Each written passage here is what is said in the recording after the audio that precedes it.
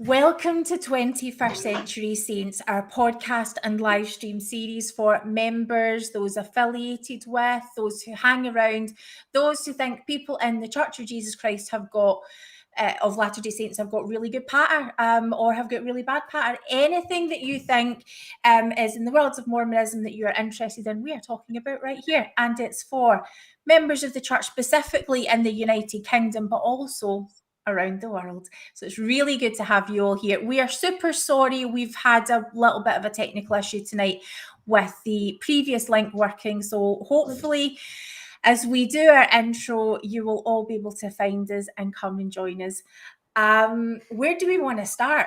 First of all, please, we would love it if you would like and subscribe to our page. It really, really helps us in the work that we're doing. We also have links on Donor Box if you would like to contribute, and most especially we would like to say a huge thank you to those of you who have been making donations to us. It means so much that that you guys have thought of us. You know, you guys work hard for your money, and we just really appreciate that you've thought that our work is of value. So thank you so much, and we hope that it continues to be of value. Okay, while we are gathering our audience like chickens round about us, come gather around, kids. Alana's back with us after her break. How you doing, girl? I'm doing well, thank you. I'm really glad you've done an incredible job over the past few months with everything that has been going on. So well done. You're looking fantastic. Okay, it is Scotland and we are not used to this, but the weather here is crazy hot. It has been crazy hot. Today's just hot, which is like just bizarre for Scotland. So, you know, I think let's go for a first little dose of reality. Alana's just going for it there, but I haven't podcasted with my pawn shoulders yet. I haven't done it yet. I was going to say that's why I've got my pawn shoulders out, because it's on. I've got my modesty cardigan on, because for a second, let's talk about how way back Oscar Wilde's wife was tooting the horn for rational dress. It is not rational to be walking about wearing extra layers in a heat wave when all of the government advice is saying wear things to keep you cool. So yeah, porn shoulders being revealed tonight. We are going for it. So now that we've got our feed seems to be stable, I think we've sorted all of our technical issues. Again, it's really good to have you all here with us. We are really excited. Well, we did have Alana for a second there, but I think the gremlins are booting her out. You know what? We're going to wing it. Hopefully it's going to work. She'll be back with us in a minute. Meanwhile, we want to say a really warm welcome to our guest tonight, who is someone who means a lot to, especially Alana, because you're family, but to me too. You are a stalwart in Scotland. So many people know you. So many people are familiar with your name. And you are very, very well loved. So it's great to have you here, and we're really glad that you're here. Would you like to say hi to our audience and just tell everybody who you are and a little bit about you? Yeah, thank you for the nice words, Jane. I don't know if I agree with you about the stalwart side of things, but that's me, I suppose, just trying to be realistic. But I really appreciate what you said. So I'm Drew Hunter. I'm sure people who were planning to watch this live tonight are aware of the fact that I'm coming on. I'm originally from Paisley, born in Glasgow, brought up in Paisley, went to church. My parents joined the church when I was 4 years old. I have an older brother and a younger sister. So I was raised in the church. So I spent right up until the age of 17 in Paisley Ward and Paisley Stake, and then got married really young and moved over to Airdrie in Glasgow Stake, and that's where I've been since then. I still live in Airdrie, and I married into the Bryce family And obviously one of our hosts tonight is Alana, who is my sister-in-law. So what brought you over to Glasgow Steak was the fact that love, obviously, but also, so let's just ask right now, is it a better steak, would you say? Does Glasgow beat Paisley? Well, come on, at one point you would have just said yes. You would have. Well, I've spent most of my life over in Glasgow Steak, the vast majority of my life in Glasgow Steak. I have a lot of good memories, though, of Paisley Steak. Yeah. Because that's the steak of my childhood and also my youth years. So it's just two very separate experiences. So I can't say that one's better than the other. Yeah, I'm totally trying to bait you into saying something that you're going to get pelters for later on, and I don't regret it. I will continue to do it.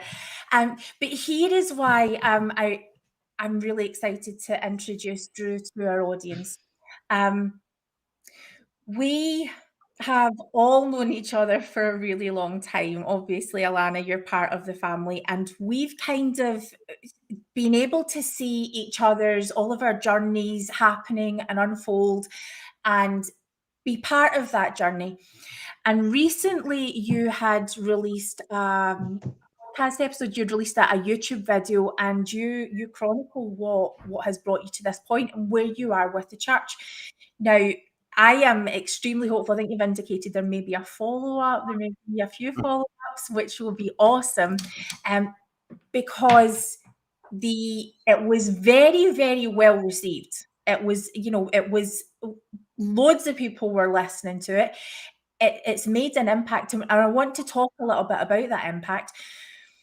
And I don't think it's just simply people who want to have a nosy to see how Drew's getting on. I think there's a lot more than that. I think you're speaking to things that are very, very meaningful for people. I know that Peter Bleakley's planning to maybe quote you in one of his future episodes. You'd said some really interesting things.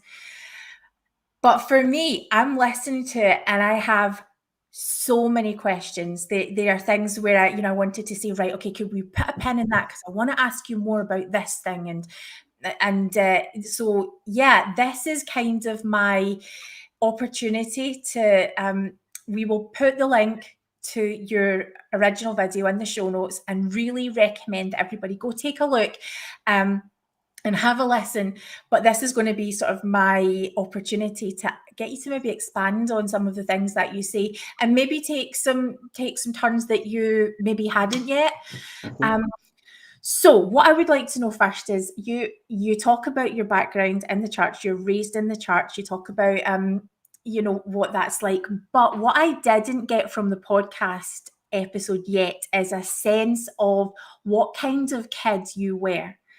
So how engaged were you? How were you a rebellious little kid? Or were you really, really trying your best to follow the prophet and favourite primary songs and all of those things? That's a good question. When my parents joined, missionaries had chapped the door at the house when they had been out proselyting.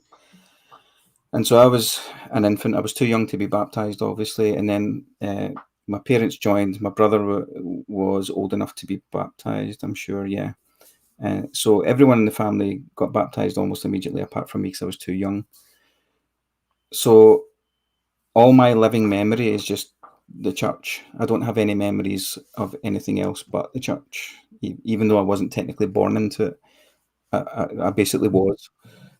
And when I was growing up, I felt I'm not going to speak about family life. I'm just going to speak about church life in the context of my family. Mm-hmm. So growing up, I felt as if I look back and have a lot of good experiences, and I enjoyed my childhood growing up. And when I was younger, I was like any other child, I think. I carried on. I was a bit silly. I remember I've got two very close friends from Paisley Ward. I don't want to mention their names, but they're lifelong friends, and they're like brothers to me, these two people. And we used to, whenever there was a baptism at the church, we used to go to the first part of the baptismal service in the chapel. And this became a habit for us. Whenever everyone moved through from the chapel into the font area to witness the baptism, myself and my two friends would sneak away just after the baptism had taken place, because everyone's moving back to the chapel, and we would run into the cultural hall, hide up in the stage behind the cupboards. And for some reason, for what seemed to be a few years, we did this every time there was a baptism. And while the second part of the service was taking place, we would be in the cultural hall setting up tables coming off the stage so that we could create these big massive slides. So one table leg would go up on the upper part of the stage, and then we'd put a table down on the floor of the cultural hall so that we could make this one continual slide. And so we were doing things like that. I don't know if a lot of kids did that type of thing. Maybe it was just us. When I became a teenager, myself and those few friends that we had in the ward, we were rebellious in the sense that we would, when I became a priesthood holder, an Aaronic priesthood holder, we would pass the sacrament, and we would come out and we would moan and complain about church and say how much we hated it, and we really meant it. And we would say to each other, we can't wait until we're old enough to leave and no longer go. And then over the course of the next year or two, the three of us had this change of heart, and we became we became Holy Joes, basically. And we attended all our seminary classes. We tried to revise and memorize all of our scripture mastery scriptures. We attended all the activities. We tried to fulfill all of our assignments. And so in most of my teenage years, along with those few friends in the ward, we became very invested in the church in a way that we felt was important. And so that's the way I was. Interestingly, we would try and spend as much time as we could with missionaries who were serving in the ward, to the point where I would sometimes ignore doing homework or things that I should be doing for my own education and want to spend time on splits with missionaries, because I was determined, along with my friends, that we would serve a full-time mission, that I would serve a mission. And so in some ways I neglected the things that were really important, but I felt as if what I was doing with the missionaries was somehow more was the most important. Yeah, absolutely. That's mainly because I wasn't mature enough academically at that age. I didn't appreciate the value of education, a proper education at that age. And it wasn't until years later that I realised that I need to knuckle down and get an education. Let's talk about education then. Why isn't that the most important thing that I mean, it's very, very clear from for the Strength of Youth teachings that you should get an education, that it is really important, but we get all of these very contradictory messages that actually the most important thing is, yeah, you should be going on splits, that you should be attending all of these meetings. Also making sure that you do not study on a Sunday. You know, there's all of this this pressure to actually kind of know that the unwritten rule is that it isn't as important. What effect does that have on, would you say, Scottish youth? You in particular, but you know, what are you seeing? Well, I don't know what it's like. I can only imagine what it's like for, say, young youth who live in Utah or Idaho, where there's a high population of LDS people. For youth in Scotland, so this is way back in the late 80s, early 90s, we're talking about here. There's a lot of pressure on young people to just basically live the standards you mentioned for the Strength of Youth. Live those standards and make sure that you are morally clean and that you're dressing appropriately and you are living the word of wisdom and various other things. But those are things that it was easier to do because we'd been brought up that way. It might not have been easier for other youth. I'm just talking about myself and the people who were in my group. But I do remember that it was a lot of pressure because I knew back then that I was expected to work hard at school and get a good education.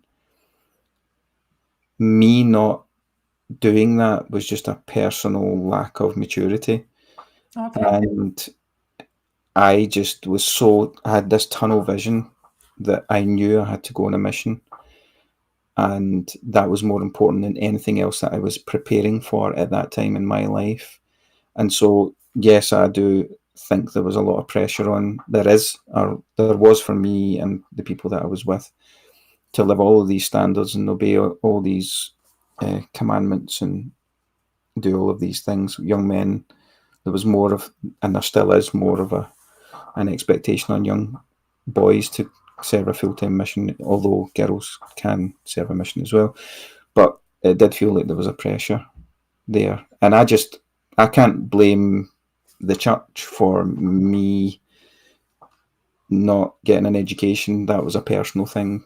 In retrospect, you could say that I was struggling to hold everything together, but the reality was I was just so blooming immature and didn't value education at that time.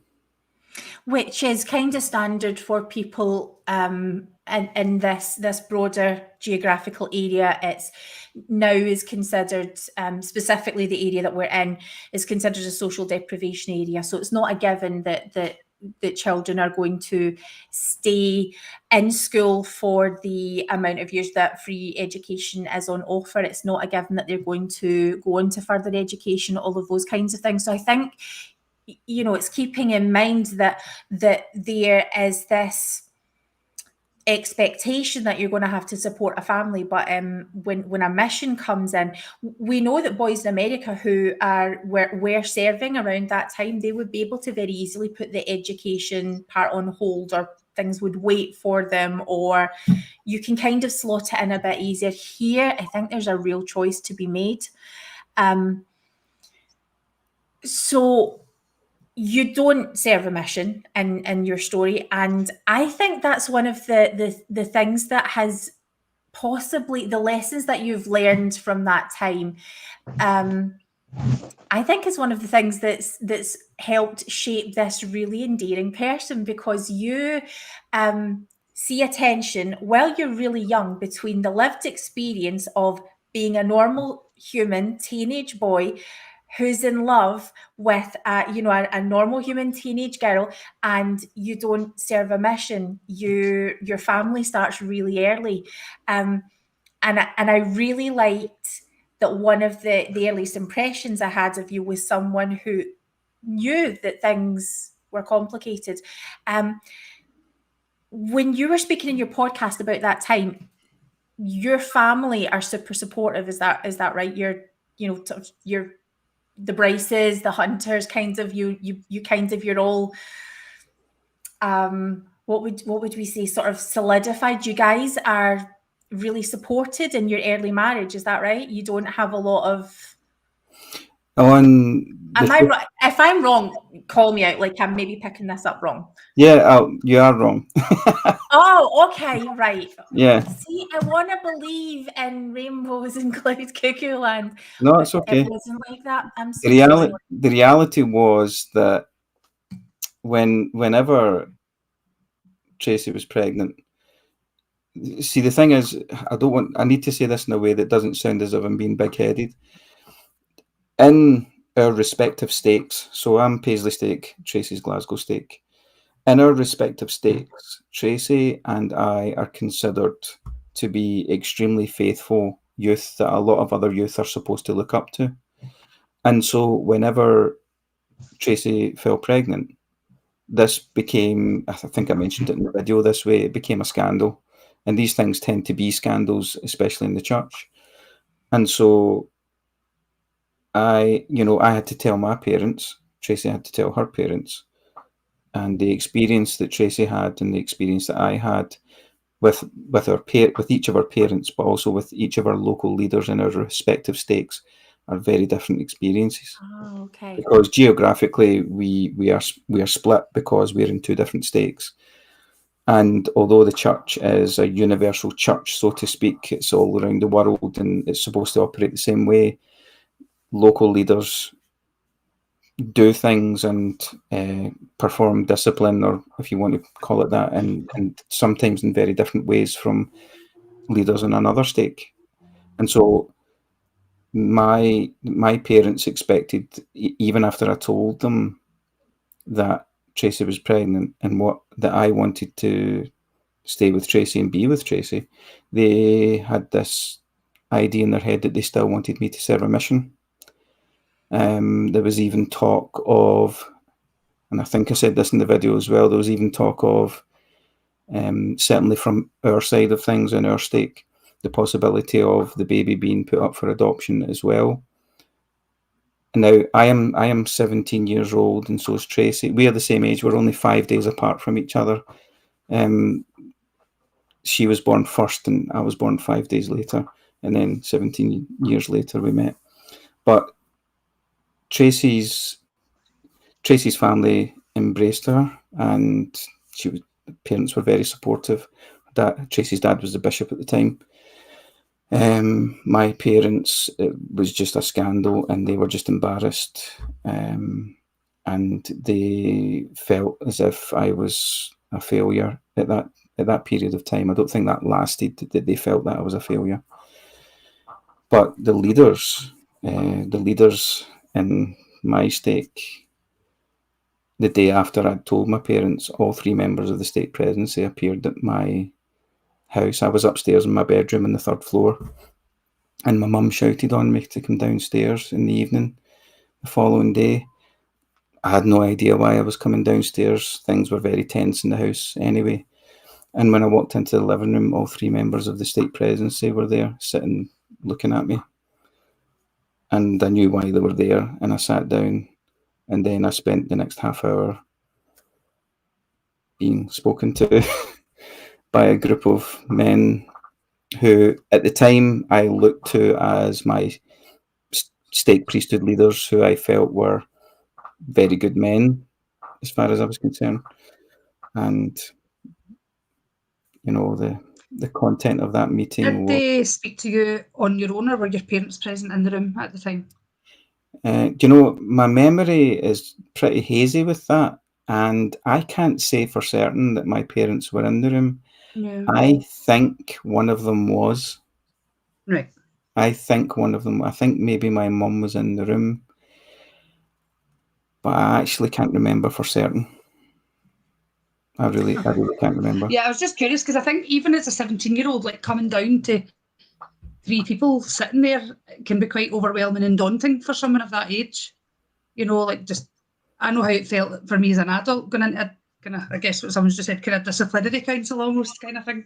You know, with all these men sitting. So that's why I was just curious if any of your parents were present. I think that's a really insightful comment from Paul Johnson there. Thank you for that. That it does have the effect of, I wouldn't imagine before they've come to see you that they've thought, let's have an informal disciplinary council. But the effect it certainly has is that on some level of one. I'm sure it's, you know, people who loved you and are extremely concerned and really need you to know the things that that you need to do to get back on track, right? Yeah. I assume that they were very clear in what they were looking for you to do next. Yeah, I mean, obviously I was told then, and I wasn't surprised by this because I knew what the standards were. I was, as I already said, one of the youth who was faithful and was trying their hardest and was really trying to be as righteous as possible. And so I understood what Tracy and I both understood what we had done. I just wasn't prepared for the consequences. And I don't suppose you are in a lot of these situations. But when I look back on it now in hindsight, it certainly did. It's a disciplinary council. It's an unofficial disciplinary council that I didn't have any knowledge of until I walked into the room. And I was told that as a result of everything that had happened, that I would no longer be able to perform Aaronic priesthood duties like blessing and passing the sacrament for a certain amount of time, and had to go through the repentance process. Something else that I'm reminded of, that there was a question asked of me in that chat with those three members of the state presidency, and the question was in reference to the fact that Tracy and I had premarital sex. The question was, to me, a 17-year-old boy, was this love or was this lust? Now, I haven't thought about it that much since then, and it's only since I've kind of came away from church that I've had time to think about events that have happened way in the past. And being asked that question at that age it sets off alarm bells in my head just now. Yeah. At the time, I just felt as if I was put on the spot, and I just thought, well, I better say the right answer. It was lust. And then there was this thing in the back of my mind saying, but I really love Tracy. And I suppose they're referring to what we did more than how we feel about each other, but it confused me at the time. And I just felt, well, I'm being put in a position here. I need to give the correct answer because they're looking for the correct answer. And so... Well, because if you don't, you're not being repentant enough, right? If you had had said anything different, then you wouldn't be showing those signs of real repentance that they're looking for. So you're already repenting or going through that technical process of church repentance immediately, right? Was based on that, was adoption ever realistically on the table? After that, I'm sure it was mentioned in that discussion with the three members of state presidency. I can't remember to what detail it was spoken about, but to answer your question, it never became a serious consideration for you, for me or for Tracy. There was a couple of times where meetings were arranged for both sets of parents with people to be intermediaries so that we could have a reasonable discussion. So there was a meeting arranged, and it was a member of the state presidency, a previous member of the state presidency in Glasgow Stake, who attended, someone that I respected and still respect a lot, who showed an awful lot of love and concern. This was a leader from Glasgow Stake who became the person who kind of oversaw the meetings with parents. And that person was just very supportive of Tracy and I. But there was a lot of backlash from my mum and dad because they still had this idea in their heads that I had to go on a mission. I don't know if there was private conversations that my parents might have had about adoption, but it was never really given serious consideration, the whole question of adoption. And so it never happened.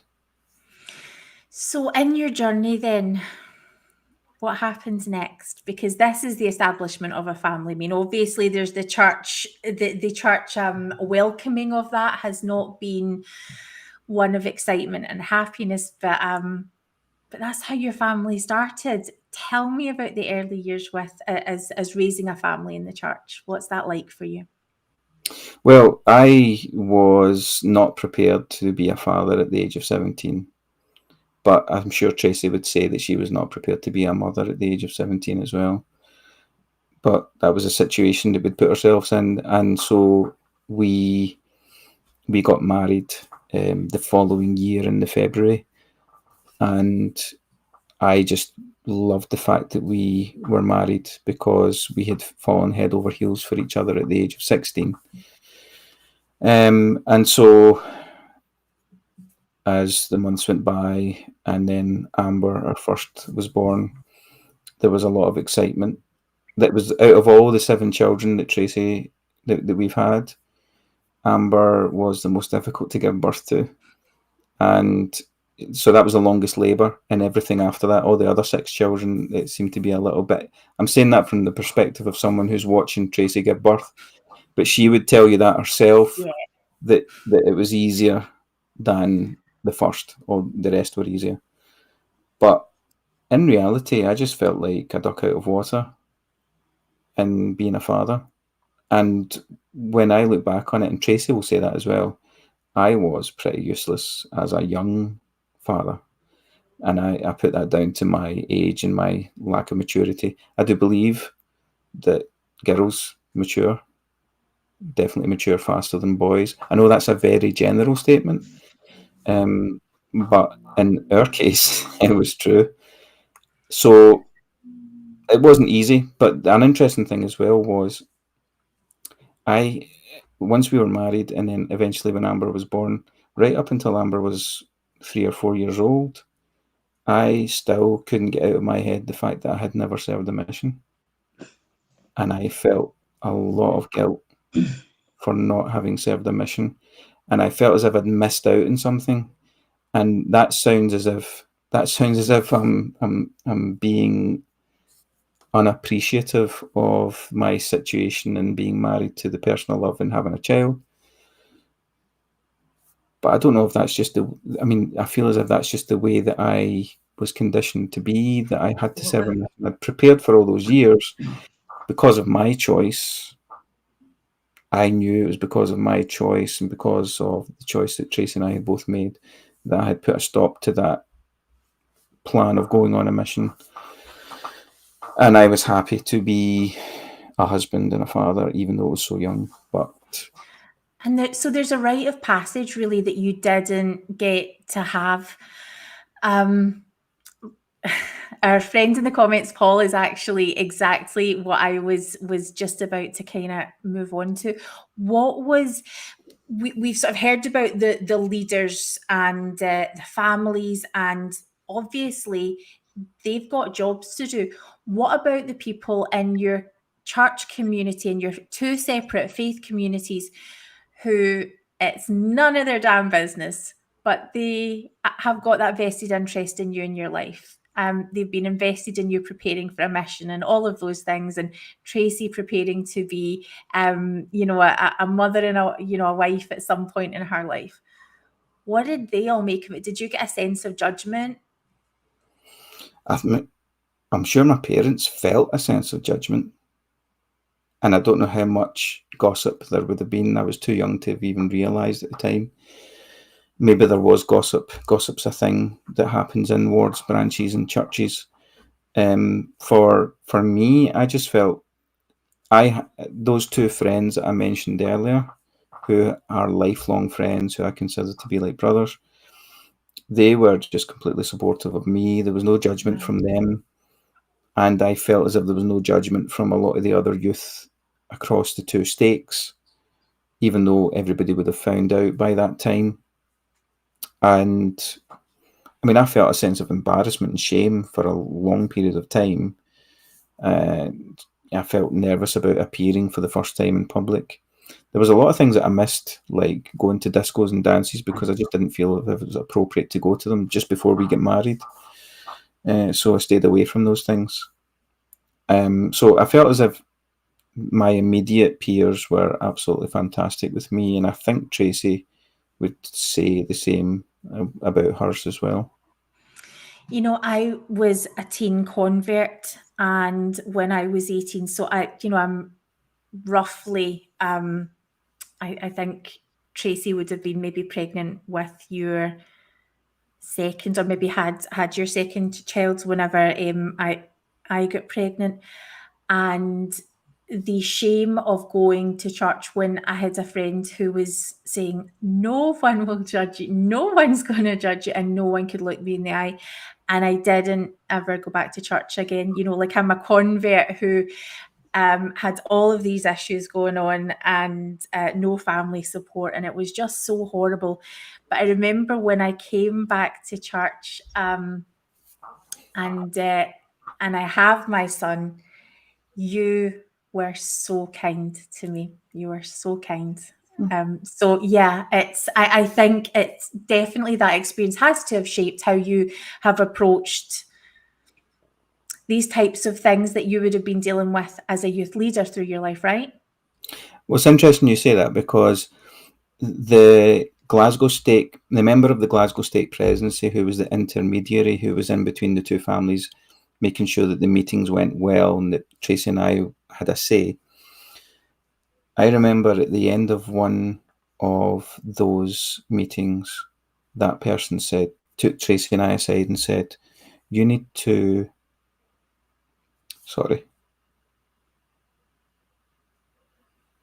he said, you need to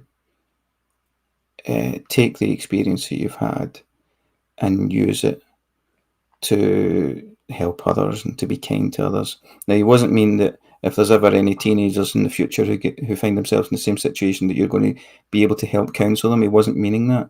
He was meaning you can gain a lot from this experience, and you should learn from it and use that experience to be a better person. That's what he said to us, and I've never forgotten that. And so when you said that, it reminded me of what he said. And I feel as if the experience, Tracy and I wouldn't change a thing. I mean, why would we? That's what happened, and we made those choices, and we have 7 children, 6 grandchildren now. So statistically, you guys don't make it. You're members of the church. You're in Scotland. You marry very young. Both of you haven't had the education that maybe you would have liked to with hindsight. Your family continues to grow. You're serving in the church, and statistically, you guys don't make it. So tell me about what it's like, how you coped with some of those initial hurdles.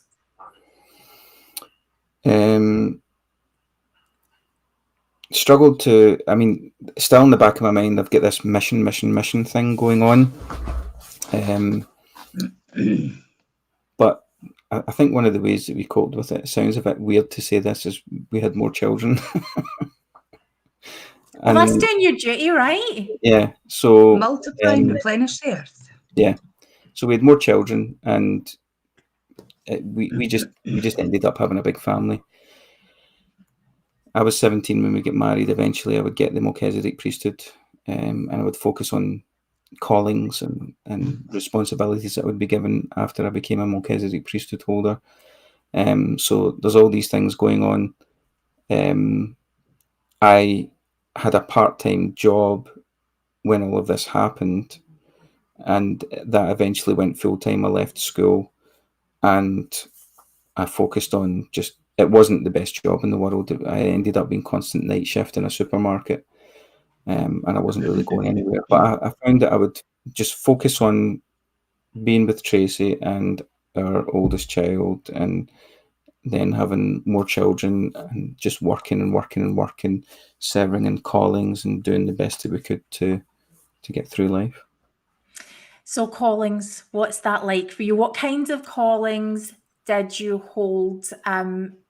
I'm thinking more of those early years. What kinds of ways were you serving in the church? Early years, when I moved from 17 to 18 years old, got the Melchizedek priesthood. So the initial callings were, some of these are old callings that I understand are now defunct. So callings like activities committee, assistant activities committee chairperson. So I was involved in trying to organise a calendar of activities and helping to run those activities in the ward. Seminary teacher. I was called as a seminary teacher for a period of time. Eventually things like counsellor in elders quorum or counsellor in Sunday school presidency. So callings like that initially.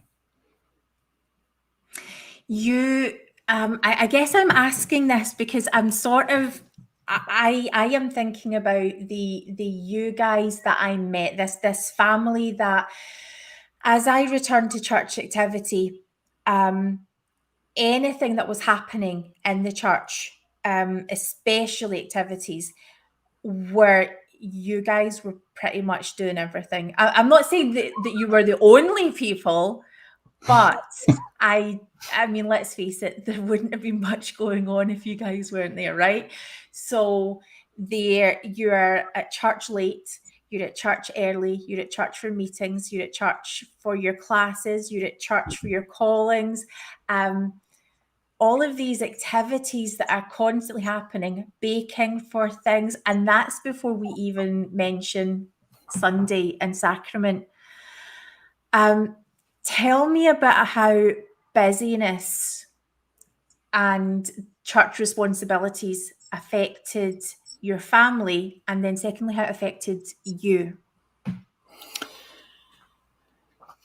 Tracy and I talk about all that time we spent planning, running, and taking activities in our ward. Obviously, we weren't the only people involved, but for quite a long period of time, it did feel as if Tracy and I were holding a lot of things together in terms of activities. I don't mean holding the ward together. I just mean in terms of activities. And there was a lot of, we were relied upon, the Hunter family were relied upon to be available for activities, plan things and run things. And it's another case of, if you're good at something, people will always ask you to do it. And so because we were doing these things, it just became natural for people to rely on Tracy and Drew and the family to do these meetings, to do all these activities. So it was, our kids were used to being dragged to church 2 hours before an activity so we could decorate the hall or set up things. We'd already been, as you mentioned, Tracy would be already been baking the hour before that in the house. We'd be up at the church early, run the activity, we'd have other people involved in helping us and things like that. And then after it, the whole hassle, the whole touchy subject of people not staying behind to help, when they probably know that they should know that you've spent hours already planning the activity. They come and they take part in the activity, and then they ditch 1 minute after someone says amen for the closing prayer at the end of the activity. And so that's just what happened. And we were, you mentioned busyness. We got used to busyness because eventually, as the years went on, while we're doing all these things and we have all these responsibilities, Tracy has callings, I have callings. We have 1 child, we have 2 children, we have 3 children, we have 5 children, we have 7 children eventually. And we're still doing all these things. But then I realise, I need to go to college so that I can get into university so that I can do something better with my life. And so I go through university, get myself a degree and a postgraduate diploma in education. With I wouldn't have done that without Tracy's support. You know, we're a team and we support each other. And so 7 children trying to get through university. Tracy works part-time. I initially had worked part-time, holding all these callings, doing all the other things you're expected to do as a member of the church. Busyness was just a natural part of your life. But now when I look at it, I don't think it's healthy. And the sad thing is, there's a lot of people in the church who see busyness as a badge of honour. The more busy you are, somehow the better you are as a person. People who are not as busy are maybe frowned upon. Well, why are you not as busy as these people over here? But I've learned a lot of lessons since then that the whole idea of being busy is not healthy for society, never mind for families. Absolutely. You know, we've always got to be engaged in things and always got to be improving and trying to be a better person or doing better things in our lives. That goes without question, I think. But this obsession with busyness that there is certainly in the church, but in other walks of life as well, I don't think it's anything to be proud of to go about saying that you're dead busy. When people say that to me now, I just think to myself, I'm sorry, but I don't find that impressive. It doesn't impress me.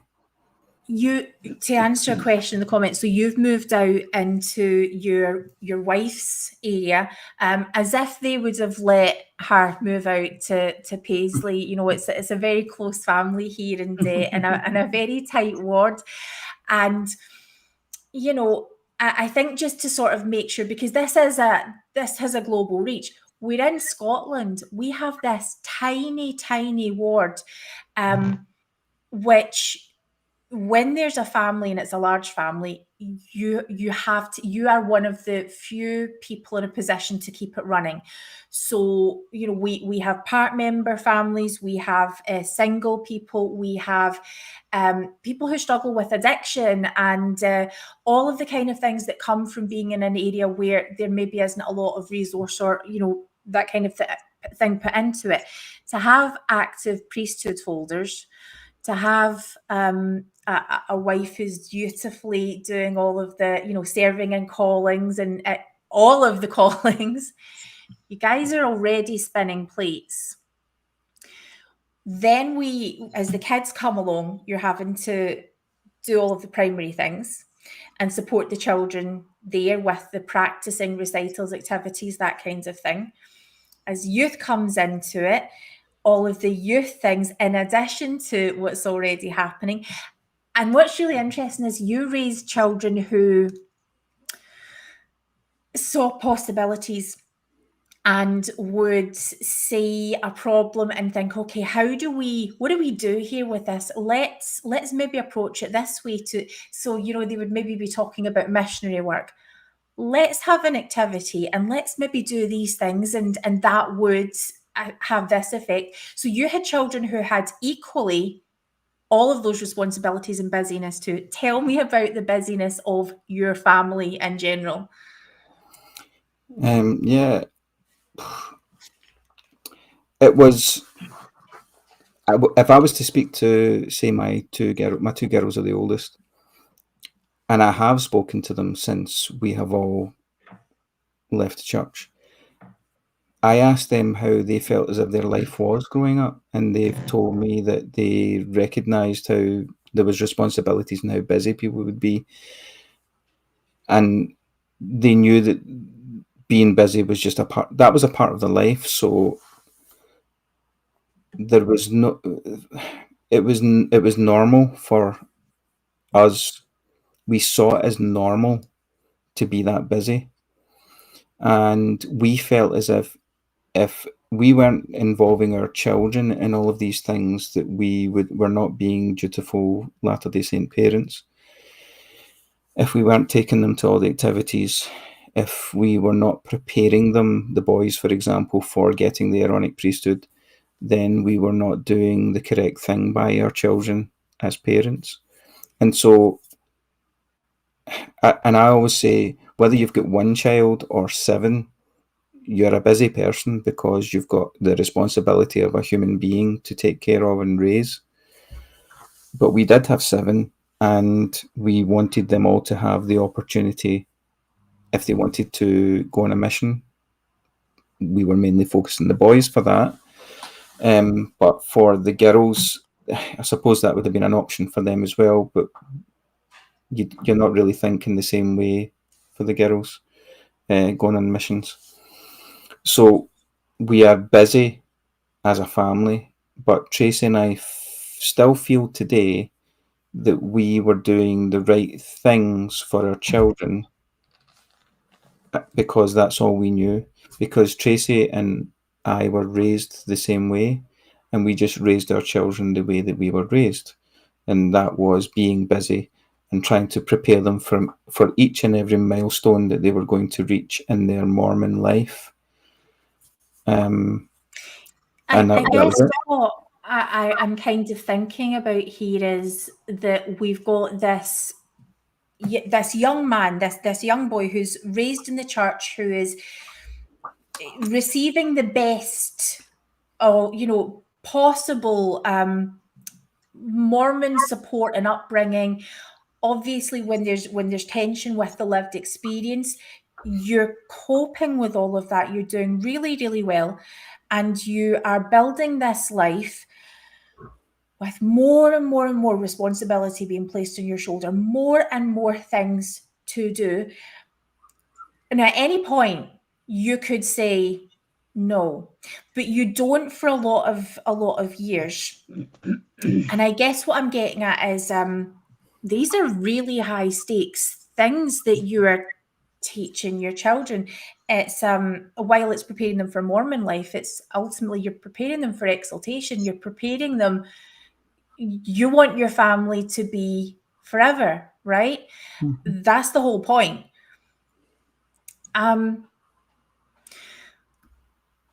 Tell me how the lived experience of church. I guess I want to make a parallel with you're receiving an education, you're studying in university, and maybe for the first time you're getting introduced to ideas that are exciting and new, and you're being taught to think critically. Yeah, first of all, tell me about why you decided to go get more education, and then, if it's okay, could you maybe tie that into how did that affect what you were learning at church? Okay. Well, it's easy for me to tell this because I can pinpoint the time period when I made the decision. So I don't have really any qualifications to my name once I'd left school because I didn't focus on those qualifications. I got some O grades before there was ever standard grades. I don't know if that means anyone outside of Scotland, but I didn't get any of what would be considered, I suppose, an English system GCSEs. I didn't have any hires or anything like that. So I really had to do something. And the interesting thing was there is this, you see and you know when you're immersed in the church that the people who are have leaders who have big responsibilities, such as bishops, but I suppose when we get to stake presidency level and area authority, 70s, or mission presidents, right up to general authorities, these are men who are highly professional. The vast majority of them, if not all of them, have went to university and got at least a bachelor's degree, a master's degree, or more. And so I am looking at these men thinking, these are the people that I've got up on a pedestal. Here is Drew Hunter without a qualification to his name. I don't really consider myself to be the kind of LDS man that I should be because I need to be like these men. And so I was given the calling of Sunday school teacher for the adults. I actually spent most of my leadership years with youth anyway, and I loved my years working with the youth in the church. Those were my favourite callings. But I was called as the adult Sunday school teacher. And that helped me to realise that I was able to actually teach in a way that was effective. I could communicate ideas and encourage thinking and construct good questions to encourage discussion. And so I went through all the usual processes of praying about it and fasting about it, reading background information on what you should do to get an education. And then I realised, I could actually get to university because I could do an access course at college. So I applied to a local college, got in, did a full year access course of humanities, and absolutely was blown away by it, doing politics, sociology, psychology, a little bit of philosophy as well. So that was just a taster of it. And then I knew I could apply for university. Initially, I went for primary education and didn't get in because it's such a difficult postgraduate, difficult degree to get into. You could have the best results and still not get in. It's just a bit of its luck. So that kind of changed, and I just decided to go for a general humanities degree that would eventually specialise in history with politics as well. And so I went through what was 5 years of study. So I had to have the 1 year of college and the 4 years, including the the honours year for the bachelor's degree. Came out of education thinking, well, I'm going to be blessed with a job now because I've done what Heavenly Father has asked me to, and just hit a brick wall. Couldn't find anyone that would employ me. What do you do with a history degree? I suppose there's certain things you can do, but I lacked experience. And so just because of a fortunate sequence of events, I was able to apply for secondary education postgraduate diploma and study at Jordan Hill, and then became a qualified history teacher. And so that was my journey in getting educated, with my focus being I wanted to be someone who could provide for their family, but have a profession where I had a job that was stable and was exhilarating for me, and I was doing something good as well for people. I can't imagine. I would never see myself being a businessman, or certainly not being a lawyer or anything like that, or a politician. I'd rather do something on the coalface, which I think personally is giving back in the right kind of way. So that's why I chose education. But behind it all is me thinking, well, I need to be like these general authorities or these state presidents or these mission presidents, because maybe that's going to be me in the future. Tracy and I will go and serve a mission, and I'll be a mission president with Tracy by my side, or we'll serve a temple mission or something like that. You're just projecting ahead all the time. Yeah. All these things that you could possibly be, these responsibilities you might have. So, I have so many questions that are going through my mind right now, but I think this is an important one. Why history? Why humanities? What was the draw? I think from a young age, probably from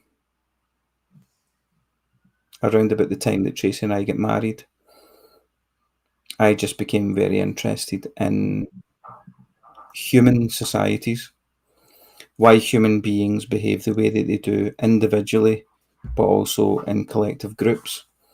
Now, history is one of the best ways to track that. And, you can look at cycles of history and see how human societies have grown and developed, and how people behave in those societies, power structure and various other things. So that was an attraction to me. I like to try and understand why people act the way they do, and why large groups act the way they do. And so, in history for me was just, ultimately, history is just a fantastic subject because it's just fascinating anyway.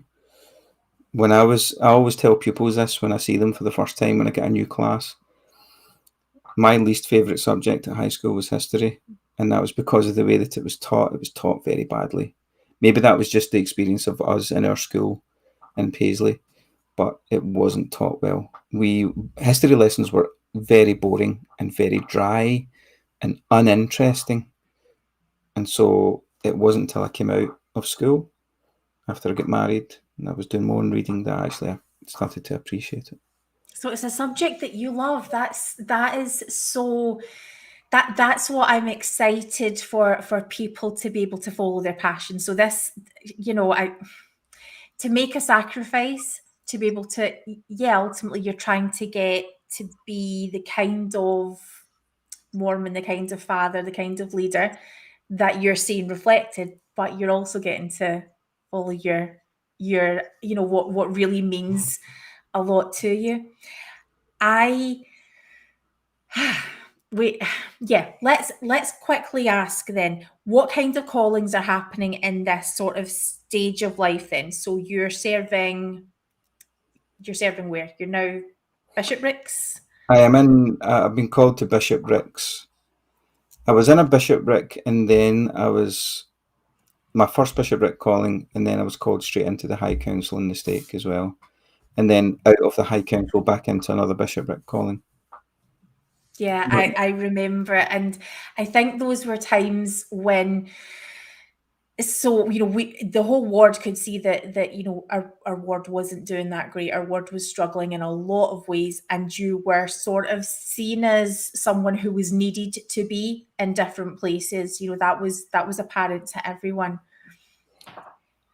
I'm gonna sort of almost circle back a little bit to ask about your temple experience. So you and Tracy were sealed in the temple.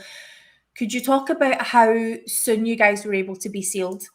What was your initial experience of what were your initial thoughts about your temple experience? And how would then going to the temple at this stage in your life, where you are super busy keeping the church going in a lot of ways, and I know that you don't like me saying things like that. I know that that's not how you feel, but this is how I was certainly perceiving it. Alana, I know that you would agree. They were needed. They were the heart of the ward, right? Tell me how your processing of the temple changes from that first experience, how it evolves. We were married February 1992, and we had to wait a year to be sealed in the temple. At that point, there wasn't a temple in Preston. The only temple in the United Kingdom was in London. And so we waited a year after we were married, and we went with Amber, our little tiny tot baby, and travelled with Tracy's mum and dad to the London temple. I didn't drive at that time, so we had to use public transport. It was a nightmare. Wow. Taking Amber all the way down there at that age. And we went into the temple, received our initiatories and then our endowments, and it was all very quick. And then we get sealed together, and we just accepted it because we're LDS, and we want to be exalted. We want to get into the highest degree of the celestial kingdom, be there with each other and their children, and so we go ahead and do that. And I didn't really give it a lot of thought what we were actually doing, because I automatically just assumed that it was the right thing to do because that's what I'd been taught. Yeah, so it wasn't until years later that I started to. Obviously, there was a temple built in Preston a few years later, and we would go there semi-regularly for temple trips. But obviously, we've got a growing family, so it tended not to be that Tracy would go away on a temple trip and I would stay at home, or that I would go away on a temple trip. We just somehow managed to arrange babysitters for a short period of time and managed to both go at the same time. So I'm assuming we relied upon Tracy's family very heavily in those time periods. I can't even say what I'm trying to say. Yeah, I was a babysitter. Yeah. So we would have relied on Alana and other family members. And so we would go down to the temple. And we were just going through the motions. We were just doing what we felt was the right thing to do. I felt as if the ceremonies that take place at the temple were important, because I was taught those are the most important ceremonies that LDS people go through. And so I just accepted that it had to be done, even though I couldn't understand a lot of it. But these are the mystical, mysterious things that we're told that we can have. We can see those things and understand those things if we have spiritual eyes and if we keep going back. I remember temples are always compared to universities. My view on that has changed very much. I don't see temples, LDS temples, as being like universities. They're two very separate things for very important reasons. So yeah, we just went through the motions of going to temple. Tracy talks about it now and thinks, wow, that was just weird. That was just mental, the whole ceremony. I remember coming back to church, and you were one of the people who would thoughtfully be a book donor. Like, I was reading everything. You were very well versed in your Mormonism. tell me, while you're learning, while you're embarking in this new stage in your life, and you are, I mean, you're right in at the guts of the doctrine. What starts to happen? Tell me about your Mormon journey as you start to think more critically. Right now, I am still receiving. Bear with me when I start talking. This sounds as if I'm not answering your question, but bear with me. Right now, I am in the middle of receiving counselling. Okay. And as part of that counselling, I am being told and reminded constantly that one of the biggest concerns I have as a person is a sense of justice. I feel a strong sense of justice in the world. And so because I have this strong sense of justice, when I see something done that is unfair to people, then I feel as if I have to speak up, get involved, and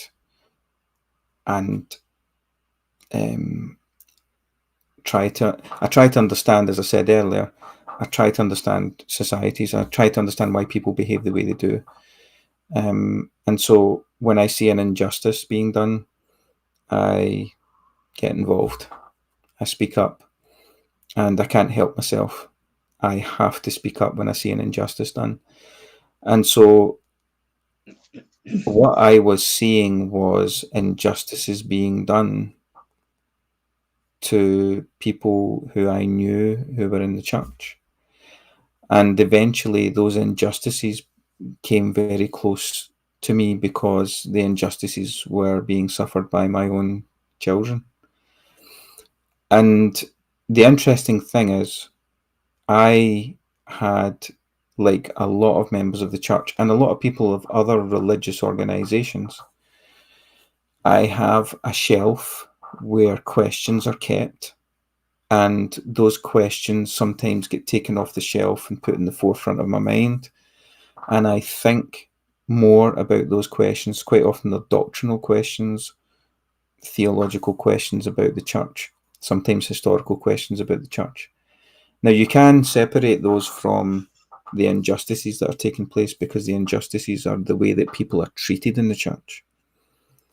But in a lot of ways, they're closely linked together, because a part of the reason the injustices take place is because we have principles and policies that are, and I use inverted commas, revealed to the leaders of the church that have a direct effect upon the members of the church.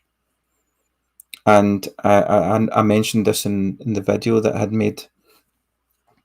There is this, I believe, myth of the LDS church being perfect, and that is drummed into you, that it's the only true church. It's Jesus Christ's church. It bears his name, and it's the one that was proclaimed to Joseph Smith to be the one that he would restore.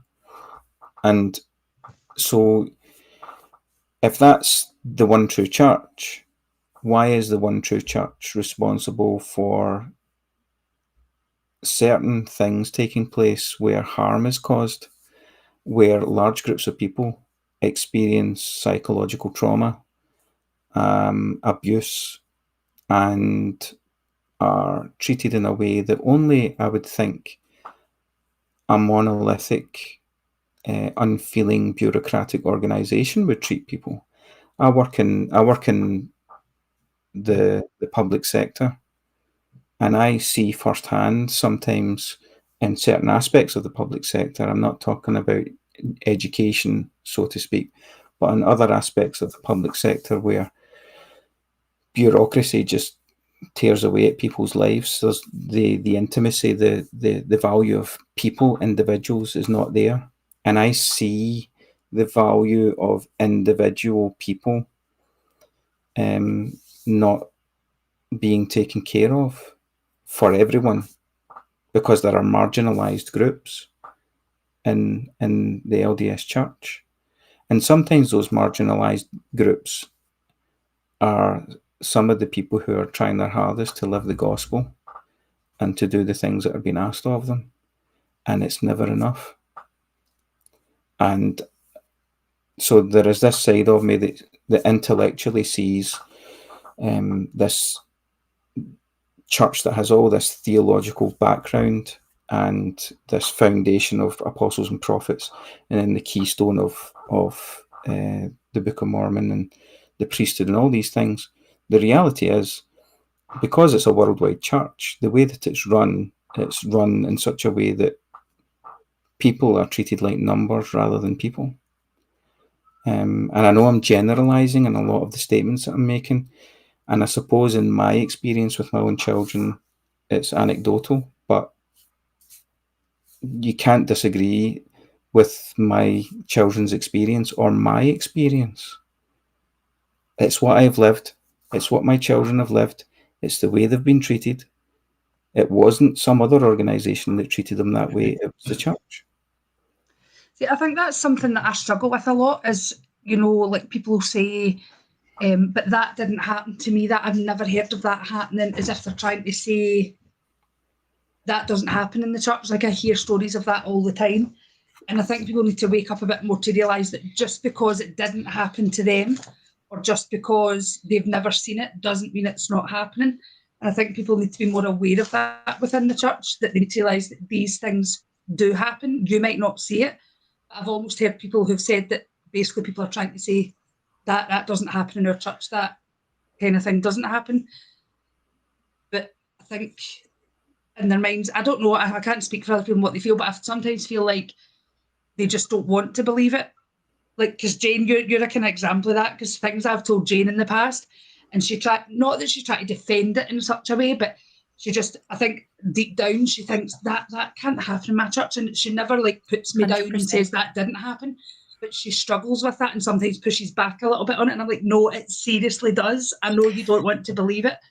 Well, it's hurtful to people when they feel like they're not validated in what they're saying because people want to believe that it's not happening, but it hasn't happened. Absolutely. And thank you for saying that, Alana, because this is actually, I've got a couple of big questions that, well, for me, they're big questions that I've actually wanted to ask Drew for a really long time. So I'm quite excited to do this right now. When you or Alana are speaking, when Alana's having a conversation with me, and Alana will frequently be talking about church and be projecting ahead to, but they will say A, B, or C. And I'll be sort of saying, well, who will be saying, who are these people that you think will be saying this? And okay, so these are people that know you, that love you, and maybe one or two people, but what are their names? Who would be, that is it maybe that you are, maybe that you're overthinking, maybe that you're bringing your shame along with it, that you could let go of that shame. Is it maybe you're projecting? Church members, they're on your side. There are all of these times when they've been there for part of your journey, and all they do is want the very best for you, and they're your cheerleaders. And I was really struck again by a lot of people will say that, and I am very clear on, I have got no idea what what has led you guys to think that. And occasionally Alana will say something and I realize, oh, that's why that's why she thinks the way she does, because it's actually true. And it's this horrific realization. Well, Drew, in your podcast, I really took note of the amount of times that you would, from the outset, talk about how it would be received by people who were in the church or by people who were leaders in the church. And I had that sense again of, I have got no idea what it's like to be raised in the church and to get insights into what people are thinking. I sort of tend to take it at face value. And I think part of the reason for that is because the people at church that I would see that were my peer and my support were you guys, like my friends who are all non-judgmental and things, but you guys have had to interact in completely different ways through your life. So could you maybe speak a little bit to that hadn't been my reality until I was able to sort of hear that, okay, why are you guys thinking all the time about how people are going to take what you're saying? Well, that feeds into what my second episode is going to be in the next few days, which is how how Mormons, active Mormons, and ex-Mormons, or people who are going through a faith transition from Mormonism, how they can better communicate with each other. Because one of the saddest things that takes place when a family member, when an individual has doubts, and legitimate doubts, I must say, and they're allowed to question those doubts. When they're going through that, one of the biggest tragedies is the fact that it completely divides and splits up families. If there's a part member family, for example, or if it's a couple where both are fully invested in the church, they have a family, and then one of those people in the marriage starts to drift away, but not drift away in the sense that they're being lost like lost sheep, as if there's some pathetic woolly mammal that can't look after itself. But I mean, someone who's rationally thinking things through and has maybe been a victim of mistreatment. That can cause division, so much so that it causes divorce, it causes splits between couples. And it's a very sensitive topic. It's a very traumatic situation to be in. And what I want to do is, and that's why I was saying those things in the episode that I put out, is my experience is that because the LDS Church, the Mormon Church, is, as far as I'm concerned, acts like and has all the hallmarks of a cult, then there is a lot of undue influence placed upon the members. And so because of that, because of the way that church members are, if you're raised in it or you've spent many years as a member of the church, you are in a bubble, and there is this exceptionalism because it's the only true church.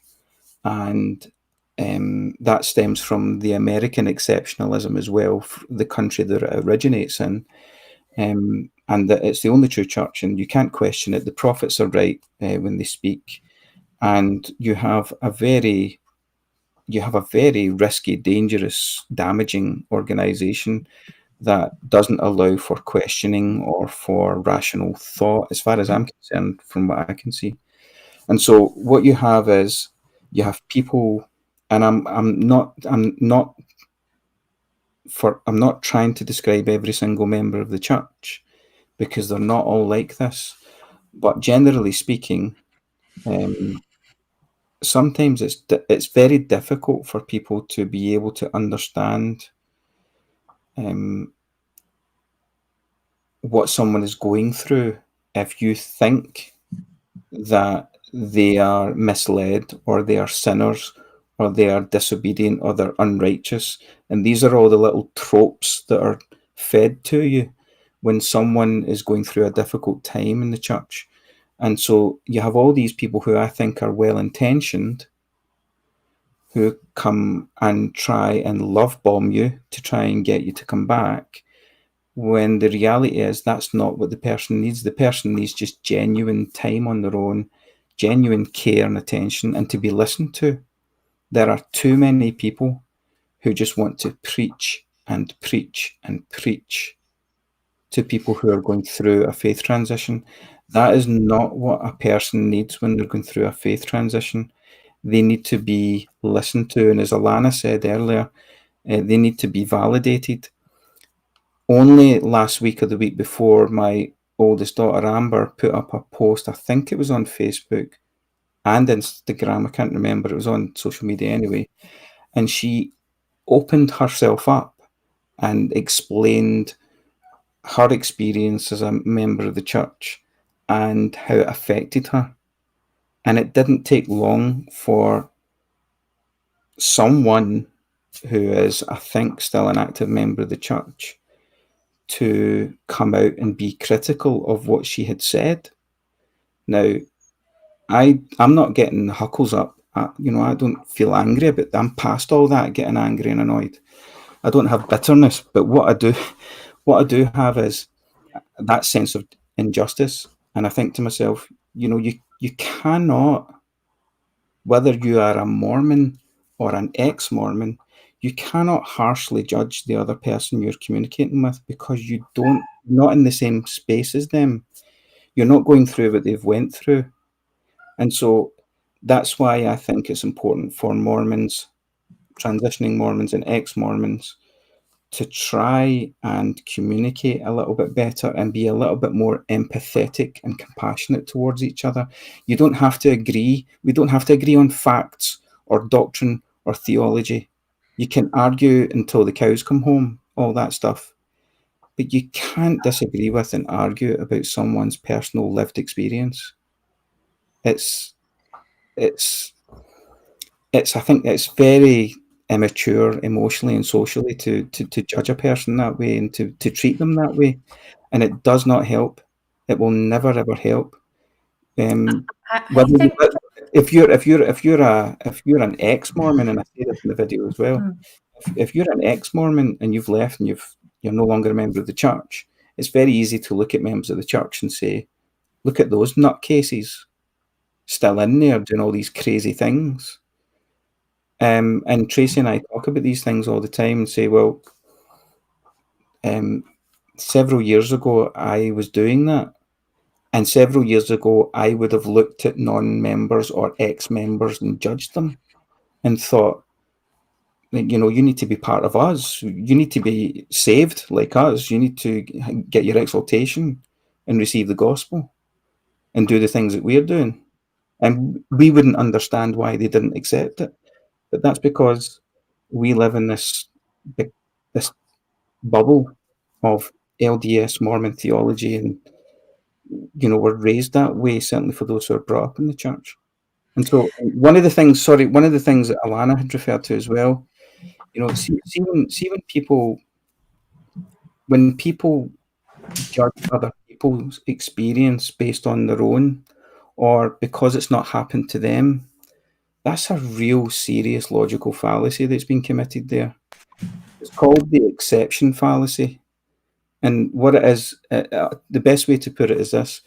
If I remember watching a TV program, it was a chat show, and the theme of the show was there was crime being committed in this town in England. And so the person who was hosting the show would walk around and just ask people to give their opinion and things that had happened to them. And the host went to this woman who said, there can't be crime in our community because I've never been broken into. And I remember sitting watching the TV thinking, is she stupid? That she's basing other people's experiences on the fact that she hasn't experienced a criminal act in the town that she lives. We need to come out of our heads, our hearts, our bubbles, and try and walk in the shoes of other people, or at least try to think what it would be like to walk in the shoes of other people before we even begin to think that we can judge them. And so that's why my feelings and thoughts on leaving the church has got to be about trying to bring people together to have compassionate, empathetic discussions, and not start fighting and arguing over doctrine or theology or whether someone's saved or damned. We need to try and understand each other more, and that's the purpose behind what I'm trying to do.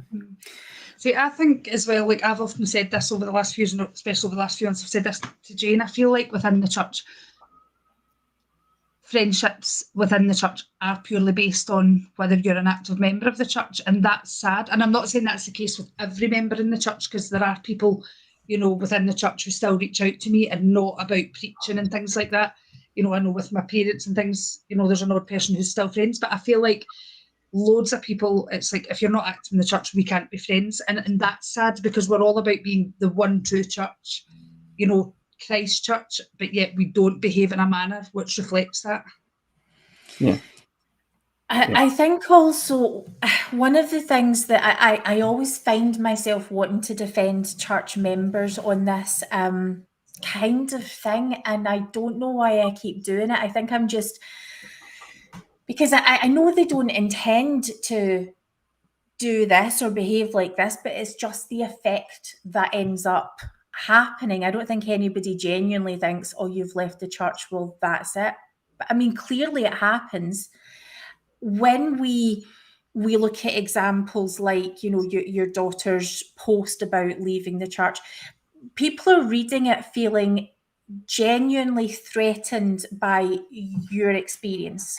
They are really struggling to they cannot take it on board, because to consider that being a valid and real experience, it would require them to empathize, which would require them to listen, which would require them to have a better understanding of exactly what you're talking about, exactly what Amber's talking about. So it's much, much easier to double down and to bear your testimony.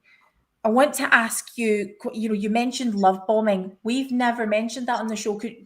What is the deal with love bombing? Well, within psychological studies on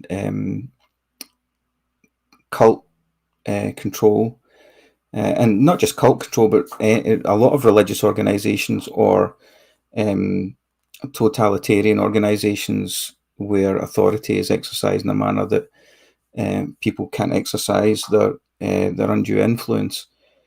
There's a lot of situations where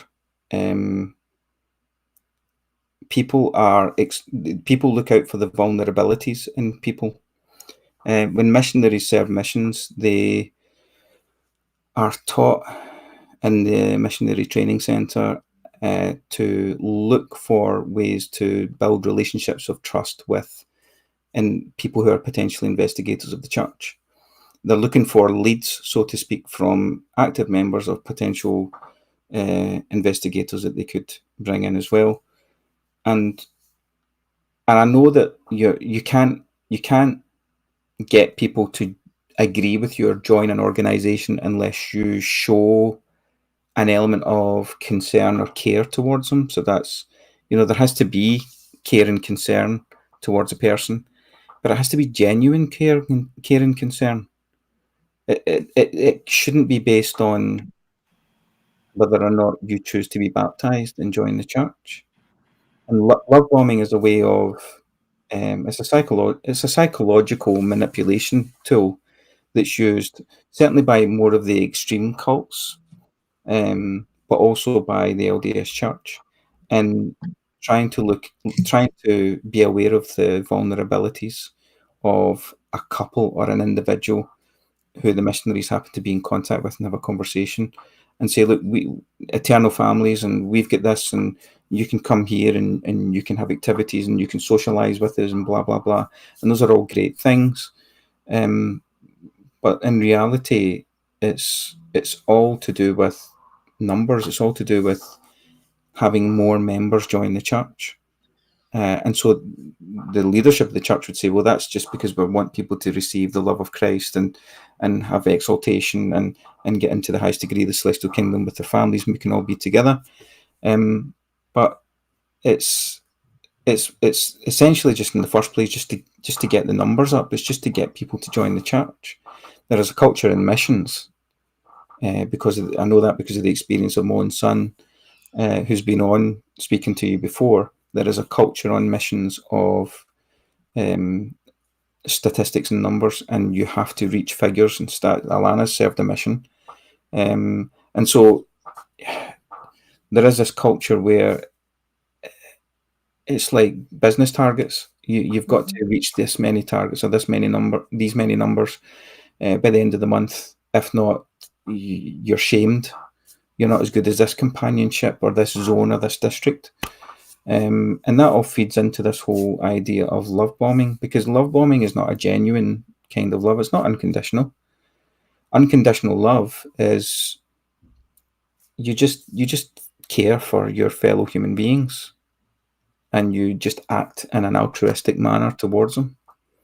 And so love bombing is more of a tool used to increase membership and get people to convert to your way of thinking. It can be easier to see love bombing when you have a step back and it's something happening to someone else. It can be easier to observe because when you are when you're the person who's on the receiving end of love bombing, it feels really good. It can be very difficult to recognize because you're being made to feel really good. And I've sort of one of my interests is looking at narcissistic family structures, and in a lot of ways, we can see some of those types of unhealthy behaviours play out in a church. Looking at it as a sort of family context, a sort of different example of a family, but similar nonetheless. And I remember having a conversation with you where you just couldn't do it anymore. You had taken your family to an activity and you thought, I'm just going to sit out in the car and get into the zone. And of course, I had to come and burst your bubble and, you will talk to me. And we had a lovely chat in the car. It was really nice, I think. But I got to see someone, I'm telling you, it was really nice. You must have enjoyed it because I was there. But I got to witness someone who I would say loves you, coming over to the car to have a, quick, remember how much I love you kind of conversation. And your response to it was heartbreaking. I remember you saying, if only that was true, when they walked away. And I think the thing with love bombing is that when people, especially when people join the church, I think it's really quite easy to see. We can have this, it can be manufactured or it can be very natural, but we have this experience of feeling loved, accepted. This is home. This is an extension of my family. This is where I fit in. This is where I belong. And we want everybody to have that experience, right? But the problem is with love bombing is when members are doing it almost as a duty that, they're having to go round each person and it's a performance. And that they don't necessarily even know really that they're doing, but, with a little bit of, if they dig down, I'm sure they could. But the whole point of it is that you spend the rest of your life, whether it's in a family or whether it's in a church organization or wherever, that you are constantly, it puts the receiver in the position of constantly having to try to chase that feeling of being wanted and loved and accepted. And the problem is that it was never real. And that's something that I really struggle with, because I want to believe that that was a real thing, that person really, really meant that or really felt that. Tell me something about something that you said in your podcast. Okay. You, as a history teacher, present different options to your children to help them, to your pupils, to help them think critically. And I was surprised to hear you say with certainty, the church is a cult. And you were very clear on that, the church is a cult.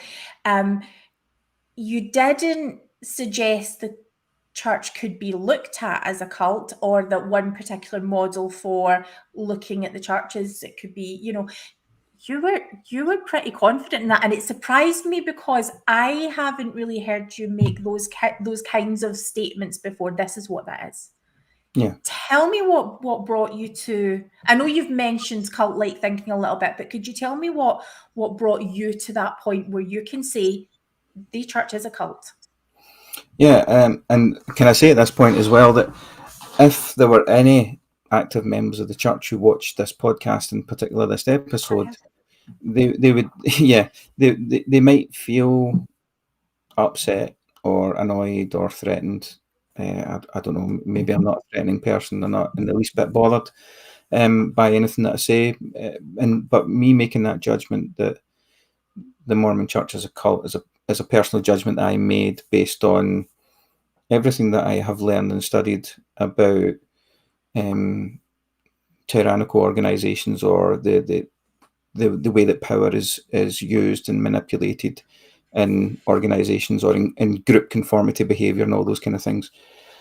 I remember teaching higher psychology at school to a group of pupils, and we had a brand new textbook out that year for higher psychology, and contained in the group psychology section of that textbook was Stephen Hassan's BITE model for cult organizations, and how to identify them, and how to also not so much identify the organization, but to identify whether or not you have been part of it, and how you can recognize how you have been controlled or manipulated by it. And so Stephen Hassan, I would encourage anyone who, and I always encourage people to read and keep reading, and read as many books as possible about a variety of subjects, so that you can learn as many things as you can. If you read Stephen Hassan's BITE model, it's you can just type it into Google. The man is not a fake. He's not some sort of pseudoscientist. He's a qualified psychologist. He was a member of the Mooney Church, the Unification Church. He was part of a cult. He experienced it, so he wears the T-shirt, so to speak. And he had learned from being in and then being out, which is my experience, being in and then being out and looking in the way, to be able to understand how organizations like this function. So Stephen Hassan's BITE model is based on other research and studies that have been done before him, because that's generally how knowledge in society builds up. And so he just builds on that knowledge of organizations, especially organizations that exercise authoritarian control over people. And if you look at the BITE model, BITE stands for behavior. So BITE stands for behavior. I'm just looking at it just now because I always get them mixed up. Information control, behavior control, information control, thought control, and emotional control. And then if you look at those 4 parts of his model, it further divides them into other subcategories that explain different ways that these organizations will control the people who are members of them. And although the Church of Jesus Christ of Latter-day Saints doesn't come at the more extreme end of the scale for a cult, it certainly sits somewhere in the middle or to the right of that scale. It's significantly controlling organization, and the BITE model the way that the BITE model describes these organizations fits very, very cleanly into the way that the Mormon Church operates, and how it interacts with its members, how it treats its members, what its expectations of members are with regards to questioning, critical thinking, further reading, having doubts, and how to deal with those doubts, how you regulate your emotion, how you're manipulated and gaslighted into being guilty if you do certain things. And those are all manipulative forms of control. And whether members of the church accept it or not, that's entirely up to them. I'm not here to convince people that the LDS Church is a cult. I'm just here to tell people that from what I have learned, the LDS Church fits into the model of being a classical cult. You know, we have loads, about 50% of our audience are active Mormon, progressive, you know, whatever type, but are engaged Mormonists. And that question, I feel like a lot of times what church members, you're right, a lot of church members, that might be so difficult to have even entertained, that's where you stop listening. And I'm really hopeful that people, have, and they have been listening, but I'm hopeful that people in general can keep listening, because one of the things that people are often looking for me to do is to clarify what I'm thinking. So we in this podcast speak to this really exciting, beautiful, growing tension of, someone who's engaged, someone who's taking a step back, and today someone who's completely, dissociated with the church. It's a great conversation to have. And you don't need to all agree on what's happening, but you can give yourself the space to feel uncomfortable with the question and sort of, ask yourself, what is it about that question, that idea that's making you uncomfortable? What is it that, where are you feeling that in your body? What is going on with you that's a really offensive thing that you couldn't hear someone explain? Okay, this is what a cult is, and this fits the criteria, and so yes, I believe. Therefore, we can fall on different sides of that, and it's okay. Alana, church occult, what would you say? So, well, obviously, like, I remember speaking to you about that a while back, as someone else in my family had said about it being a cult, and I remember you saying that you didn't agree with that, and like you're saying, that it's fine that we can all agree to disagree, kind of thing. I can't at this point 100% say that I agree it's a cult, because I feel it would be wrong of me to say that, because I haven't done enough research to be able to state that. I would say they, in my opinion, they have very cultish behaviours. Oh my goodness. I personally wouldn't hands-on say 100% I could say yes to that question, because I haven't done enough of my own research.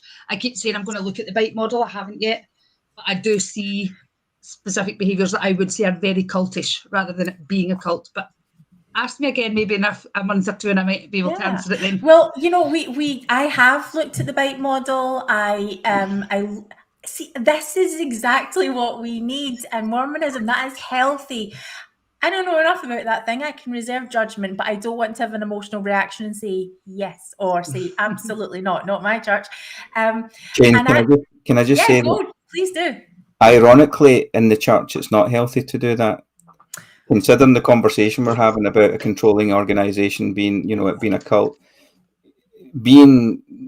if church leaders knew that active members were looking into these things, those church members might be called into the bishop's office and told that they shouldn't be reading those things because they're anti-Mormon. And so that is another indicator of a cult under the description of Stephen Hassan's bite model. And I could never, ever convince anyone, and I'm not out, as I said earlier, I'm not out to convince anyone of something.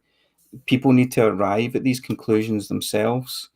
It's just that I have reached those conclusions based on the information that I've read and researched. Yeah. And as far as I'm concerned, it falls under that category.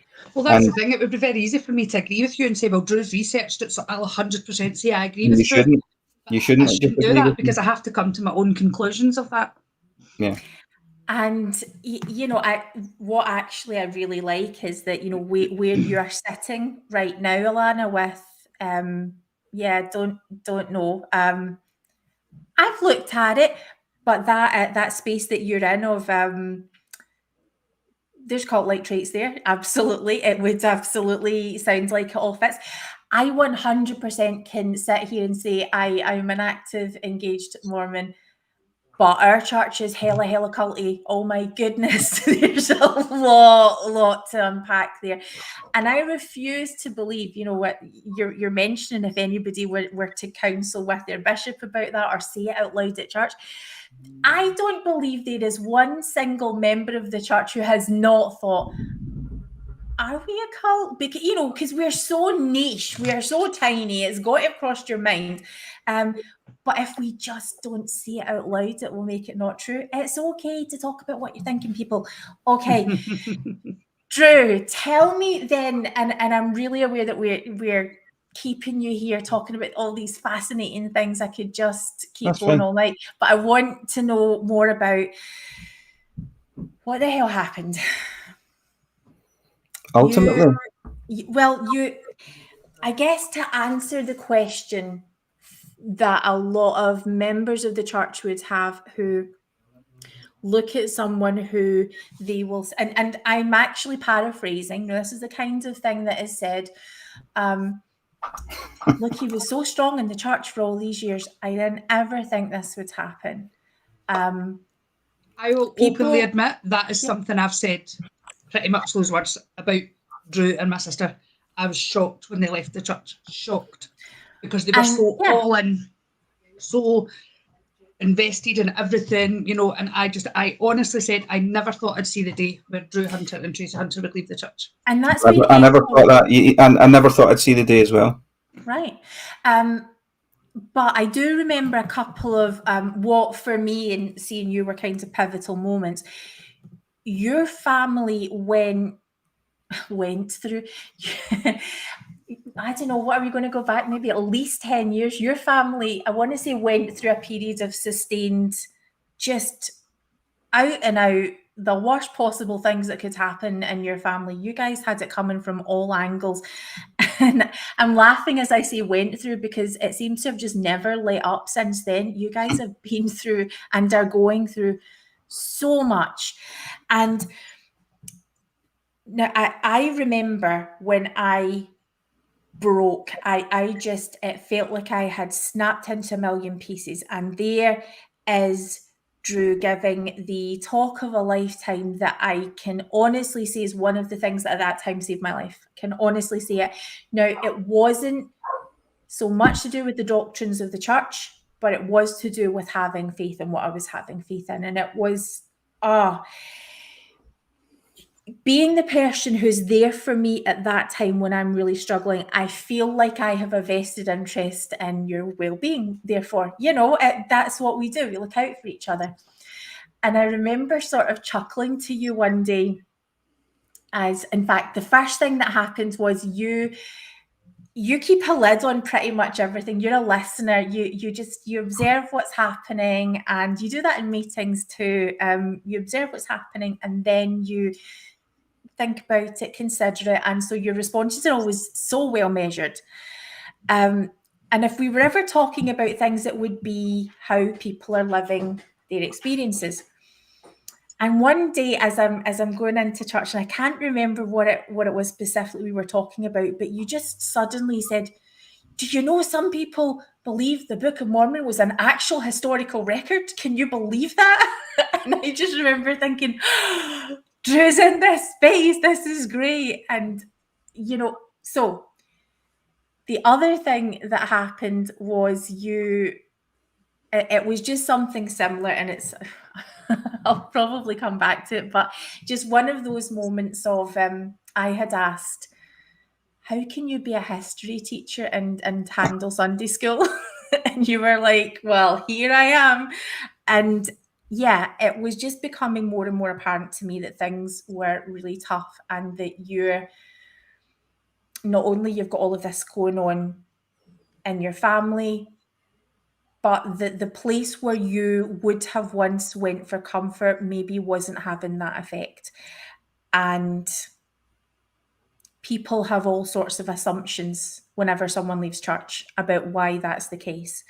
So you clearly stopped reading your scriptures, and you clearly stopped praying. You clearly aligned yourself with values that were on the liberal side. We'll you know, just say it, LGBTQ support, things like that.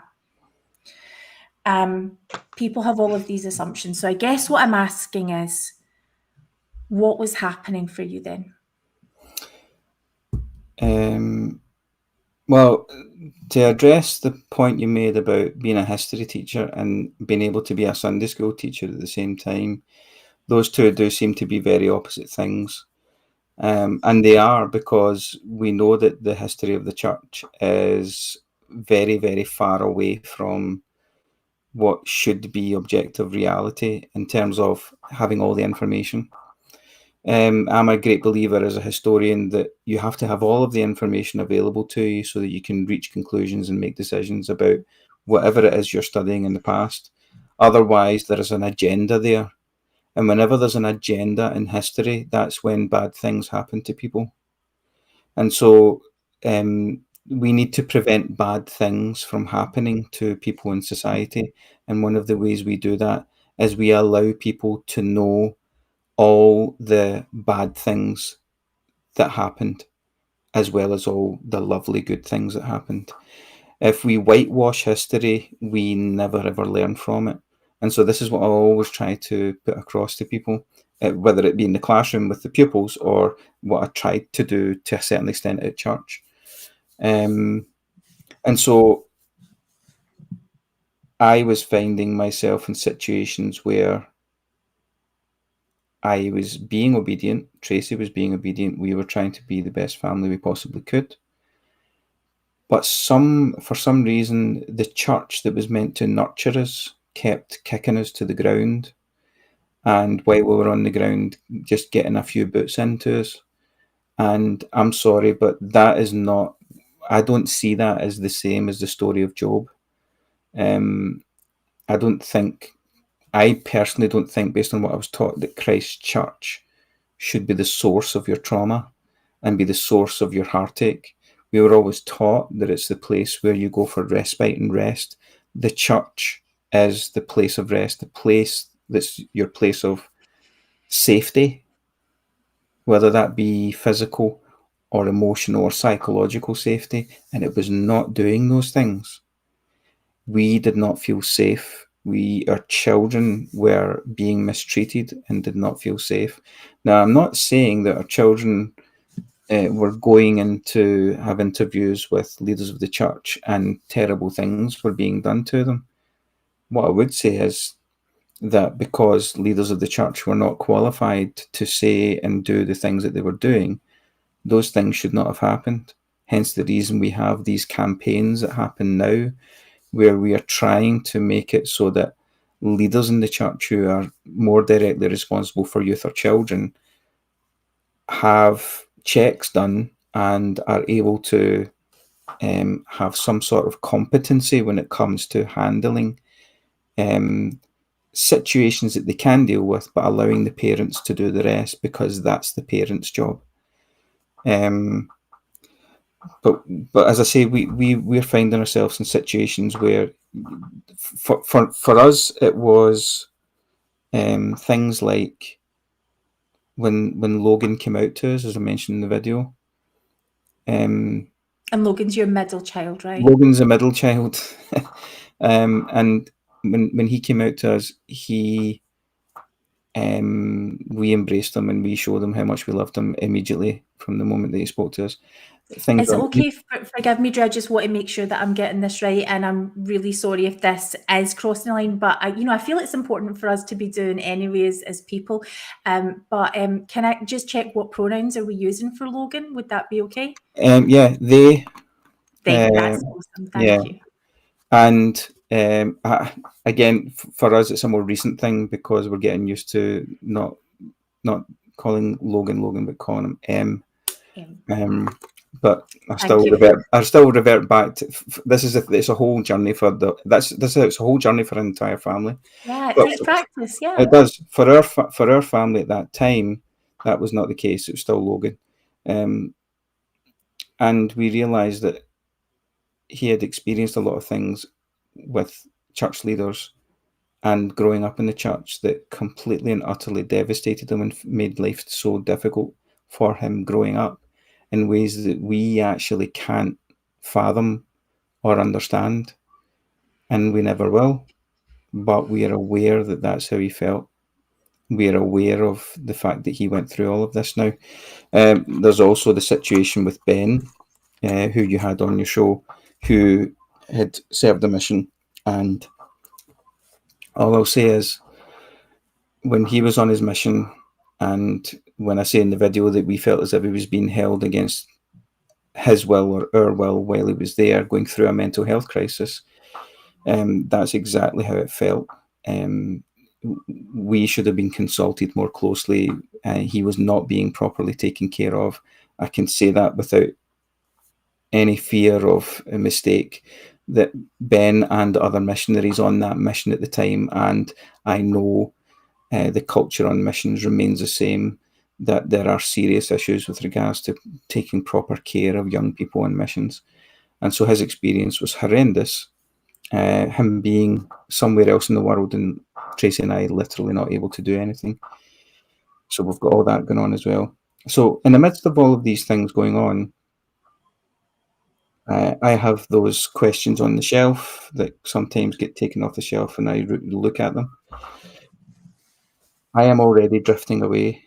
Then it comes to the time where my girls are getting married. They found their husbands and the men that they fell in love with, and they were getting married. And I know that I need to go to the temple. Tracy and I want to go to the temple to see our oldest daughter being sealed in the temple to her husband.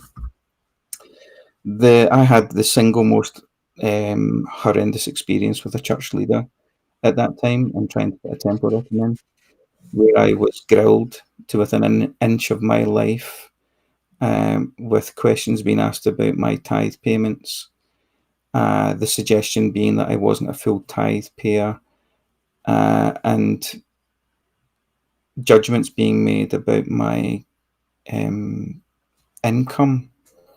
The stake leader who was interviewing me had tried to, I think, research the grade that I was on as a teacher so that he could determine what my salary was at that time. And then from the information that he thought he had found out, he could make the judgment.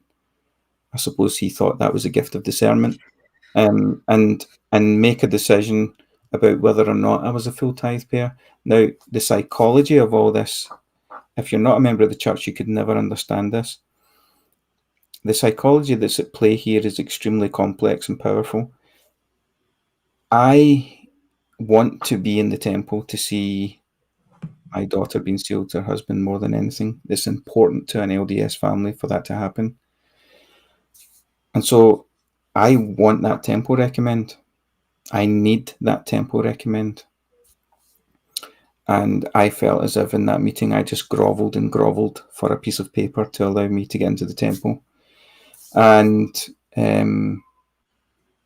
we had also been told that we had to pay instalments of tithing that we owed.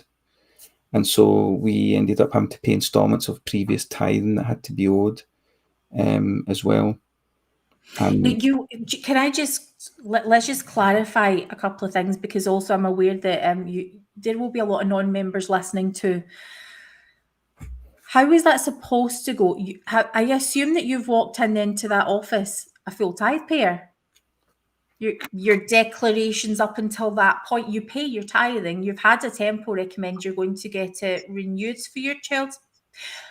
Your bishop has signed their part. Yes. Could you talk a little bit about how it's supposed to be? So the bishop who is your immediate local leader would have that interview with you so you can get a temple recommend that allows you to get into one of the LDS temples to see a temple sealing take place, which is a married couple being brought together to be married for time and all eternity, which is a very big deal in Mormon families, because it essentially is you being sealed together to live forever in the celestial kingdom, which is the Mormon version of heaven. And so it's a big deal. And then you always have another temple recommend meeting with a member of the state presidency who countersigns that temple recommend piece of paper that allows you to get into the temple. When I had that meeting with the member of the state presidency, he had carried out research and had made the judgment. Now, I know that because I had been member of a high council with him as a member of the state presidency a previous 2 or 3 years before that particular member of the state presidency was obsessed with non-tithe payers in the stake. I remember being in a stake meeting where he stood up and ranted to all the leaders in the stake and he held up a list of names and said, there is no way that these people are paying full tithing. I want you to find out what's going on in your wards and get these people into your offices and interview them and find out what's going on, because we're not getting full tithe payments. And I just sat there in that meeting and thought, this just doesn't feel like the Church of Christ. It doesn't feel like the priesthood being exercised the way it should. It doesn't feel good at all. And if this is what the church being run is like, I don't feel as if I can be a part of that. And then so we fast forward 3 years to me being in the office. I eventually do get the temple recommend, but I had to grovel for it. Can I also just jump in just to clarify, were we to role play this for a tiny second, someone, the bishop says, or the state president says, are you a full tithe payer? You say yes, and then they move on to the next question.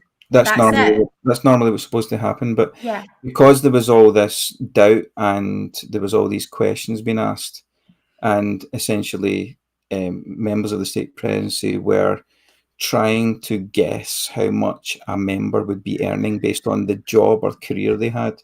I have never heard of that before in all my church life until that point.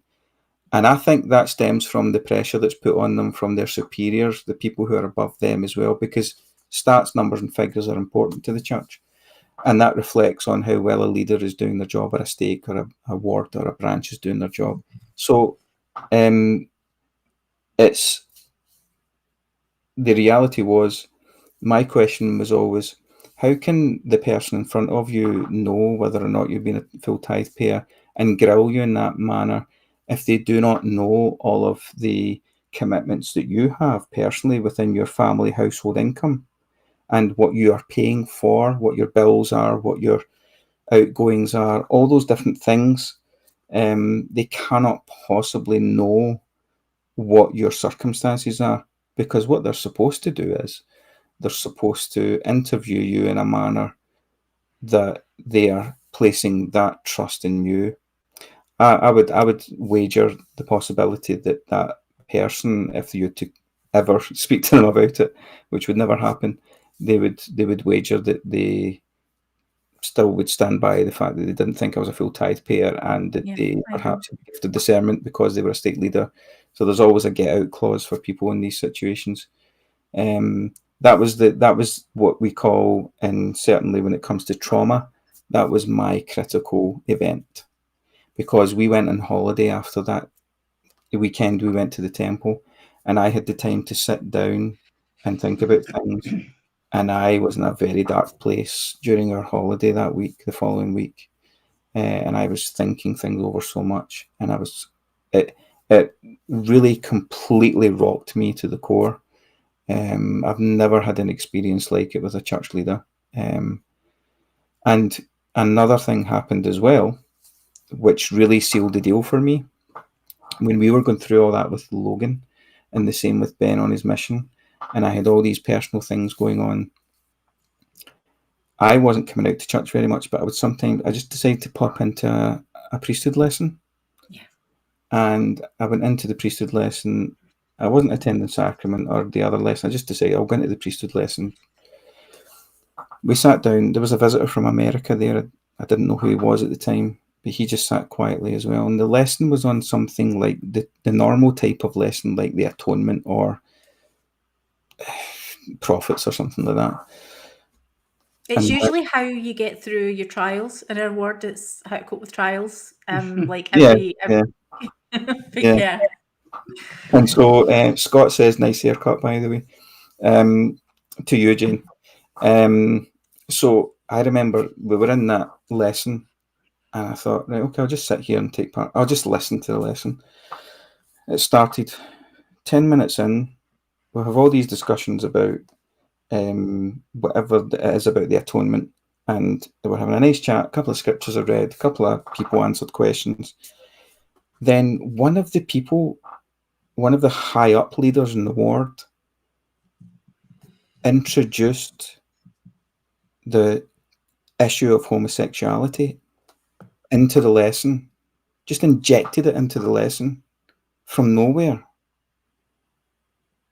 And the rest of the lesson from that point on to the very end was all about bashing homosexual people, how evil and horrible and disgusting it was. Everybody in that room knew my situation with my family, and yet that lesson just continued. It was absolutely deplorable, and I never spoke up the whole thing, the whole lesson. I never said a word. I just sat there in disbelief, but I feel as if I had said something, I would have probably I would have regretted what I would have said or done. Some people would judge me and say you probably should have said something, but you weren't there. It's me, and maybe I should have spoken up. I don't know. But anyway, the visitor who was there from the USA, at the very end of the lesson, just before it was going to finish, said, "Can I just say, brethren, I have a son who is gay, and I have never sat in a lesson like this in church. And I do not understand why this lesson has taken place. And it certainly has not impressed me as I've come into this world, or words to that effect. And I just thought, my goodness, whoever that, I know who it was that changed the subject. I know the person who injected that into the lesson, and I have a sneaky suspicion, I can't prove it, I don't know if I'm correct or not, that they did it deliberately because I was there, because I hadn't been there for a long time, and I just appear, and someone decided that the best thing to do for Brother Hunter was to have a lesson bashing homosexual people and being critical of them after everything that I've experienced with my son. And that wasn't the critical event. The critical event that started it off was the tithing event with the member of the state presidency. The one that sealed the deal was that. That was the one that sealed the deal for me. And I just thought, you know what? You guys can have at it. You guys can continue with what you're doing. But this is not the place for me. This is not the place for my family. And I'm out of here. I'm not involved anymore. You had told me, it's funny, it's not like we tended to talk every week, but you would be out in the foyer and I would get to sort of bump into you, but I got to hear that day. And first of all, I want to say on the speaking out thing, when you are a member of a faith where we hear things all the time on a Sunday that we think, oh, Jesus would be putting that right if he were here. Shall I say something? Shall I not? We are constantly in that wrestle about, do I speak up and do I say what I know is right? Do I rebut? And 9 times out of 10, we let it go because it's not really that big a deal, or we get so sick of the sound of our own voice or whatever it is. And so when we do that, having to always be that person in a ward and in a class is exhausting. No matter how well received it tends to be, no matter how thoughtful, because these things are done with so much thought, because we want to make sure that we are not hurting or offending, even though no one is concerned that you're hurt or offended, Mm-hmm. And so to have to go to church every week and do that, and when you take that step back, and after months, that's the first time of walking through those doors. And I remember that whole week just wrestling with it. I need to go talk to Drew. I'm going to go and just knock his door. And it turned out I think you did have a lot on that week, so you wouldn't have been home anyways, what you would later tell me. But the following Sunday,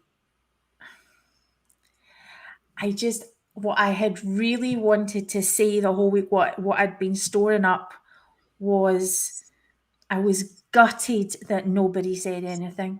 I was gutted that, and okay, that thing happened at the end and that's awesome and you're a visitor, but all your people, all of your faith community, who are men, were sitting there and they didn't stop that. They didn't say anything. And I am so sorry, because if I had have, obviously we have gender separated classes and it's not like I ever would be in your class, but if I had been there, Drew, I would have said something. And I'm so sorry that you had to hear that. And I know that you would have too, Alana. I know that so many people would have been there, but it hurts too much to go, because they know that that's what they're going to hear when they come through the doors. I know that because of that lesson, other people were so horrified and so affected by it that they also stopped going to church too.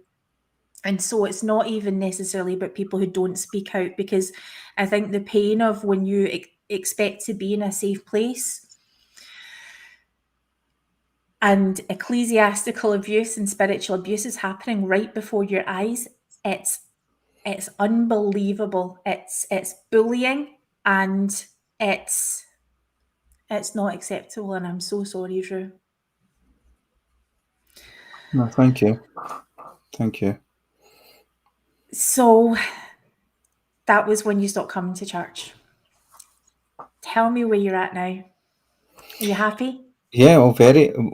Something that I want to say when I'm thinking about what I just said is something that's said by members of the church a lot, just as a convenient excuse for people who leave the church, is that they left because they were offended. And it's such an easy thing to roll off the tongue. It's such an insensitive and thoughtless thing to say as well in a lot of situations.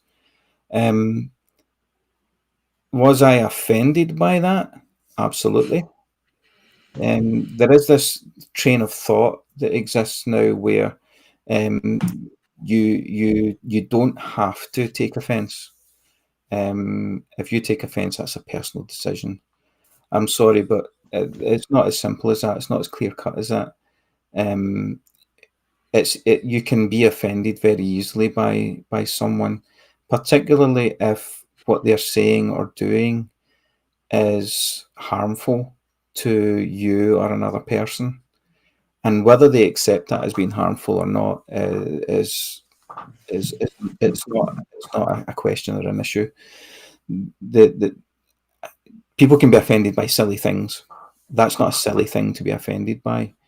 I didn't leave the church. I've not left the church because I've been offended. That's not the reason I've left the church. I've left the church because of a long series of experiences and questions that I have taken upon myself to answer and find out the proper answers to them, and intellectually reach a decision that I no longer want to be a member of the Church of Jesus Christ of Latter-day Saints. Now, you can, as I've said before, and I'll always say it, you can debate with me and argue with me the whole night long about doctrine, theology, what's in the scriptures, even history to an extent, although you'd be in very shaky ground as a Mormon on that. But when it comes to personal experience, you cannot debate or argue with someone over personal experience. And all I would say is, instead of looking at the person and seeing someone that you consider to be a victim or someone who's been offended, try and see the person as just someone else to love, someone else to care for. And you don't have to understand them straight away. You just have to listen. Because we live in a world where it's just noise everywhere. It's noise coming from our phones, noise coming from our computers, noise coming at us from all directions. And lots of people have got things to say.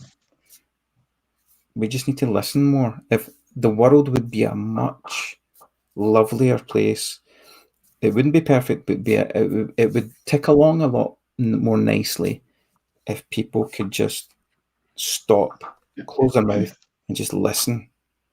Just intently listen to other people. I'm in a good place, by the way.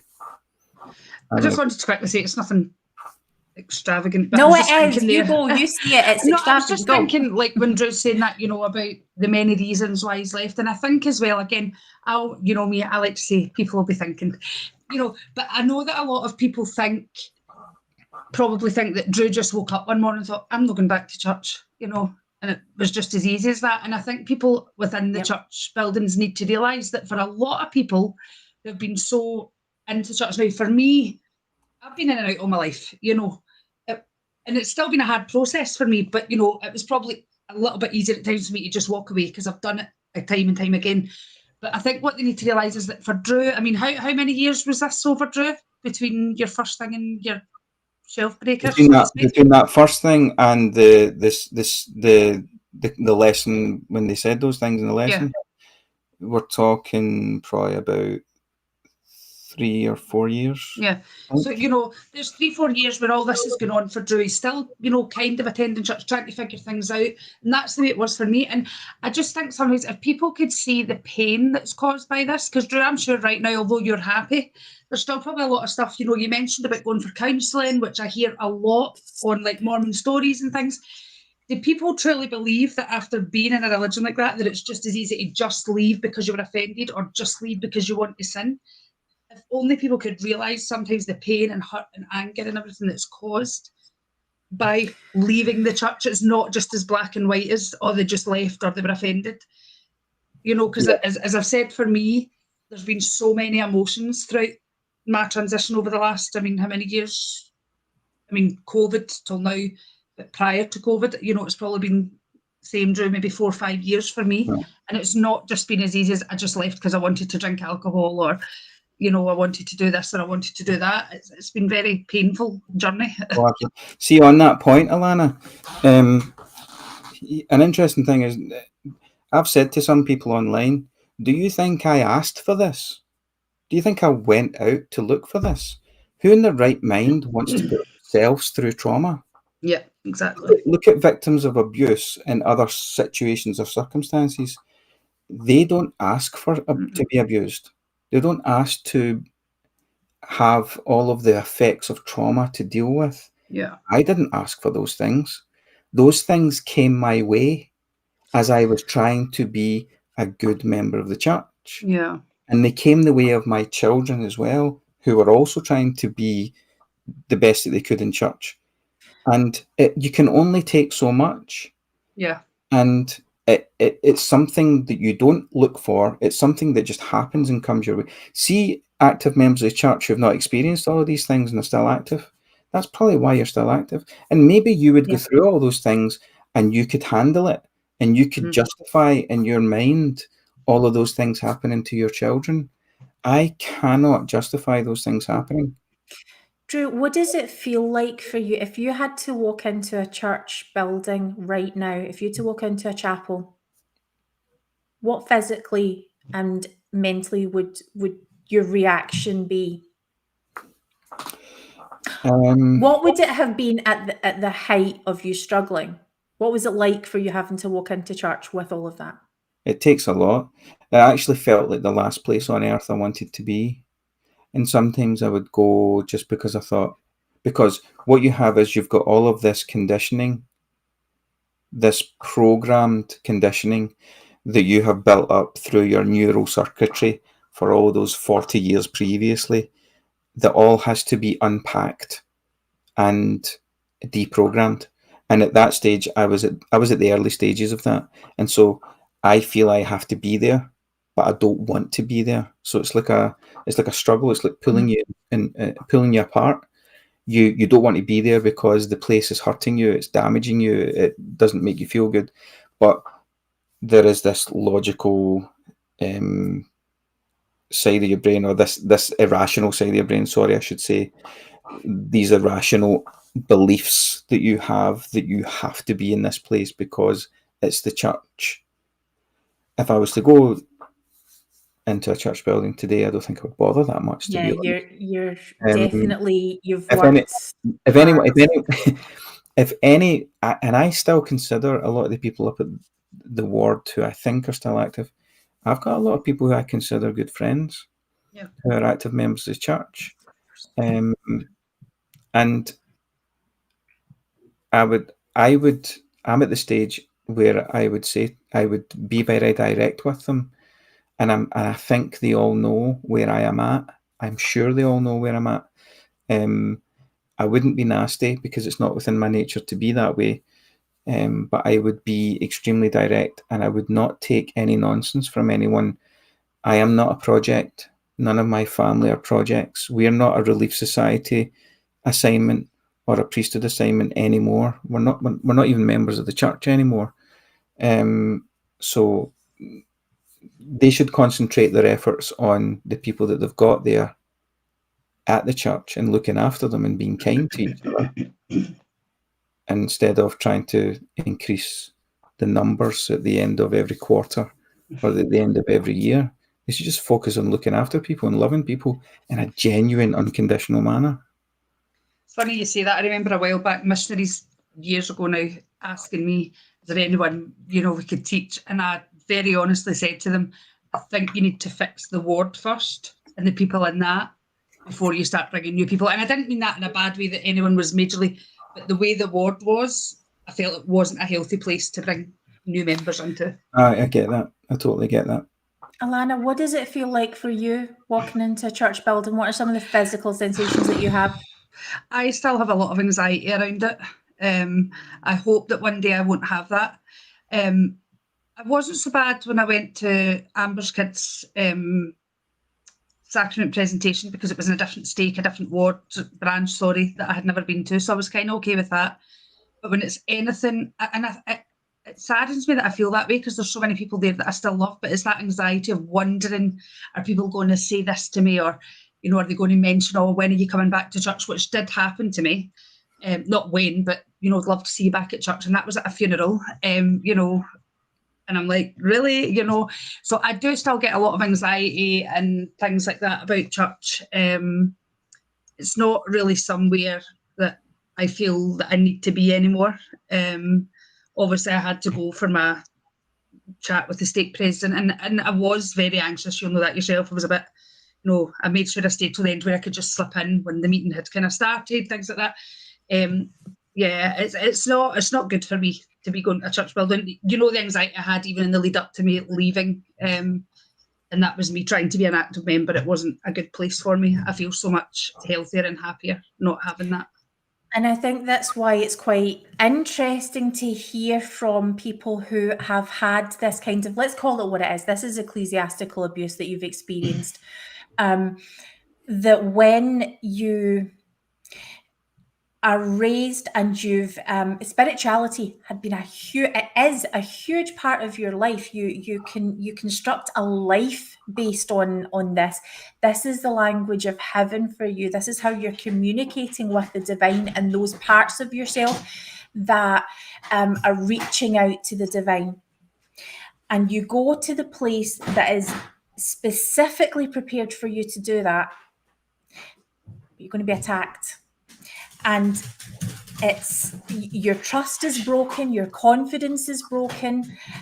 Sorry, we're having I know I can hear Hatchie's claws running I'm across so the floor. sorry. There had to be a kid or a dog come in, so and now he's playing. Oh, Daisy's interrupted multiple times as always.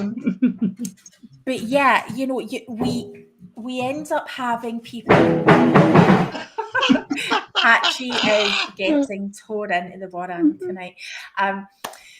We end up having members of the church who are, you know, even active, who I get such bad church anxiety. You know, we'll talk to members who are shaking, who can't sleep the days in the lead up to church, who are, you know, reading a lesson topic with dread, who are finding foyer church much more comfortable, much more easy to bear than it is to go in amongst the discussion, because it doesn't feel safe. And you know, that's a problem on so many different levels. There are so many things that needs addressing. You know, Drew, you've mentioned a good few of them.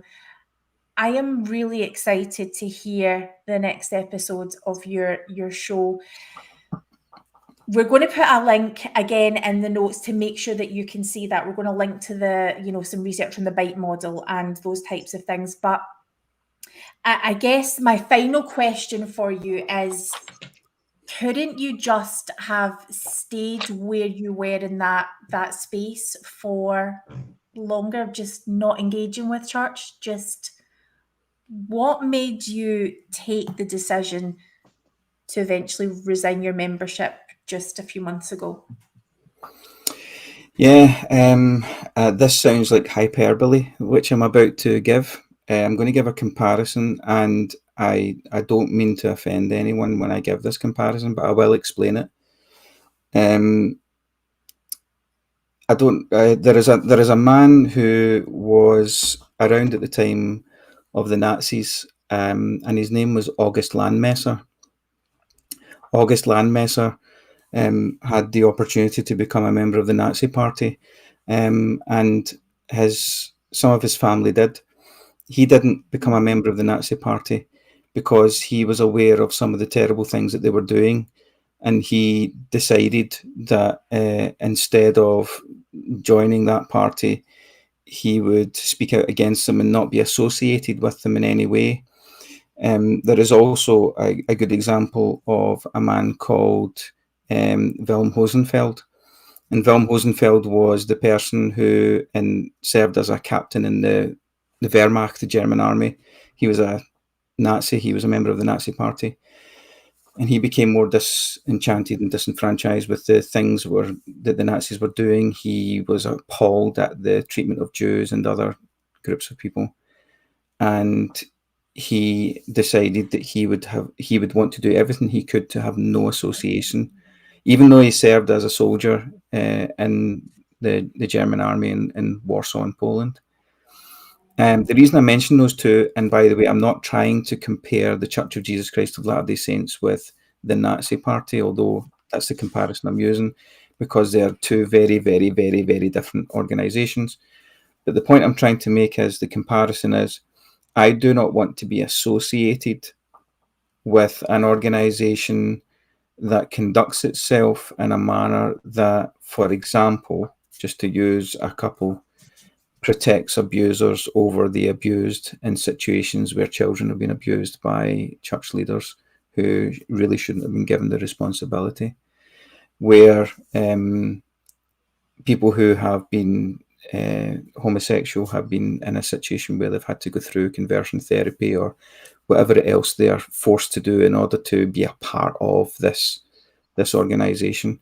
I cannot associate myself with an organization that carries out, that formally in its organization with its leadership, I'm talking about the First Presidency and the 12 Apostles and everyone else, knowing that these decisions are made with their okay. I cannot be a part of an organization that's allowed to do those things. And as far as I'm concerned, that is not Christ. Where I am religiously right now, but that is not Christ, as far as I'm concerned. And I will not have my name on the records of a church that is happy and encourages those types of abuses to take place.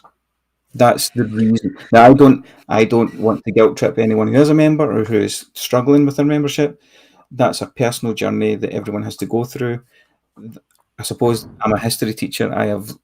I learned the worst of humanity and the things that people will do in large groups and the way that they treat people.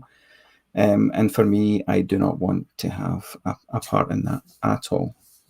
And I commend you for your integrity. Sure. One of the things we hear frequently said in Mormonism and ex-Mormonism is, and our colleague, wonderful Sunstone UK organiser Laura Heath will frequently quote, hard on systems, soft on people.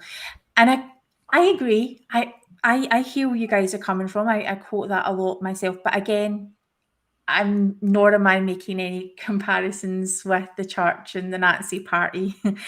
But what I would say is that we learned from the Nuremberg trials that the defence of I was just following orders is in any way sufficient. And so I like and engage with the idea of activism, and it's part of why the Brit Vengers sort of all came together at this really exciting time, that there is a work to be done. And if you're not there yet, if you're a member of the church who's perfectly happy where you are, that is awesome. I am really happy for you, and I'm excited for your journey. What I would ask is for listening and empathy and compassion, so that we can come together and have really exciting and interesting discussions just like this, without having to assign, some sinister motive for how someone isn't there when you haven't even heard their story. The church is better with Drew there. The church is better with his whole family there. And we will have to continue somehow with this hole in our ward that was once there. And we will never be the same without them. And we need to hold ourselves to account for that, for all of the people, all of the best and brightest that we are losing. We want people to be safe at church, whatever way that looks. Before I bring us to a close tonight, and again, we'll put all of this information in the show notes. You all know that it's the part of the conversation that Alana and I, where we reclaim our I don't know what is it, authority as just sisters, as women, whether you're in the church, whether you're out of the church. In the same way as I would bless my child or bless my friend, bless my those I care about. Alana and I get to do that, just now. And at any other time that you need us, Drew, we are here to bless you, to comfort you, and to be with you. But for tonight, we want to bless your journey, that as you're working on being the best version of you, as you're working on healing, as you're working on being the best husband and father and grandparent and all of those things, that you are blessed to feel the love that your family has for you and that your friends have for you, and that you can feel that exquisitely and deeply, and that you never have to doubt that you are alone. We bless you to be able to heal with grace and dignity, and to continue to learn from all of the things that have happened to you, and for your voice to be a blessing in the life of all of those who get to hear it, who get the privilege to hear it. Drew, you're going to do great things, and I feel like that is a prophetic utterance, and those are the things that we want to bless you with. I'm so excited for your journey, and we bless every step of it. Thank you. Okay, as we head on out tonight, I'll come to Alana first, then Drew second. Alana, any words you want to leave us with tonight? Anything you're thinking? I love that every week you're surprised when I do that. It actually warms my heart. No, I know you're going to do it, but I just, me, I'm the kind of person, if I feel I've got something to say, I usually kind of try and say it. No, just thank you, Drew, for sharing your story and giving us your time. We're really grateful for that. I've got my sister messaging me here to see if I'm tired. Yeah. But anyway, I think Drew, you made a lot of valid points, about that. It's something that I speak about a lot as well, about just, love the person. It shouldn't be about a number or a stat, or, that's just something I always keep re-emphasising, is just love people. I always say if people would just love people, the world would be a better place. I don't think I've got much else to say. What's hysterical is that any time Drew has ever said anything online on social media, and you get those types of responses that are not members of the church at their finest, you're always going to have Alana in the comments ready to batter anybody who's given her Drew grief, and never change. I love it. Oh, if people could see me behind the scenes, I'm like, how dare they say that? Do not mess with her, Drew. Drew, do you have any final words for us? Yeah. Can I just say that I have been reading every single comment as it's come up on the right of my screen, and I did want to try and make I know, Jane, that you brought in some of the questions that were asked when you were and you asked me those questions, and I'm grateful for that. But I want to say to everyone who's left a comment, whatever comment it is, I read every single comment, and I appreciate all the comments. And if I ever go back to this podcast, I'll read the comments again, and I wish I could have addressed what everyone has said, but I never had the opportunity to. But what I will say is,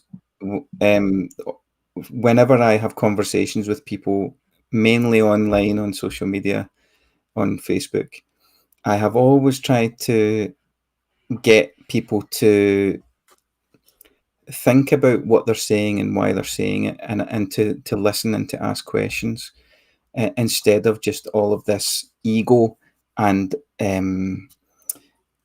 putting themselves in pedestals and trying to make a point so that it makes them look good. I'm not about that. For me, it's the issues. when we come away from the issues and it's all about exercising and flexing our egos, then something has gone wrong and things don't get better and there's more division. We will never, as a society, become a people that try and welcome each other or come together unless we are willing to put our egos to the side and just speak as civil and respectful people about our differences and respect those differences and try to understand the differences. We need to be doing that more. And we need to be doing that online because we do live our lives online a lot, although I'm not on it as much.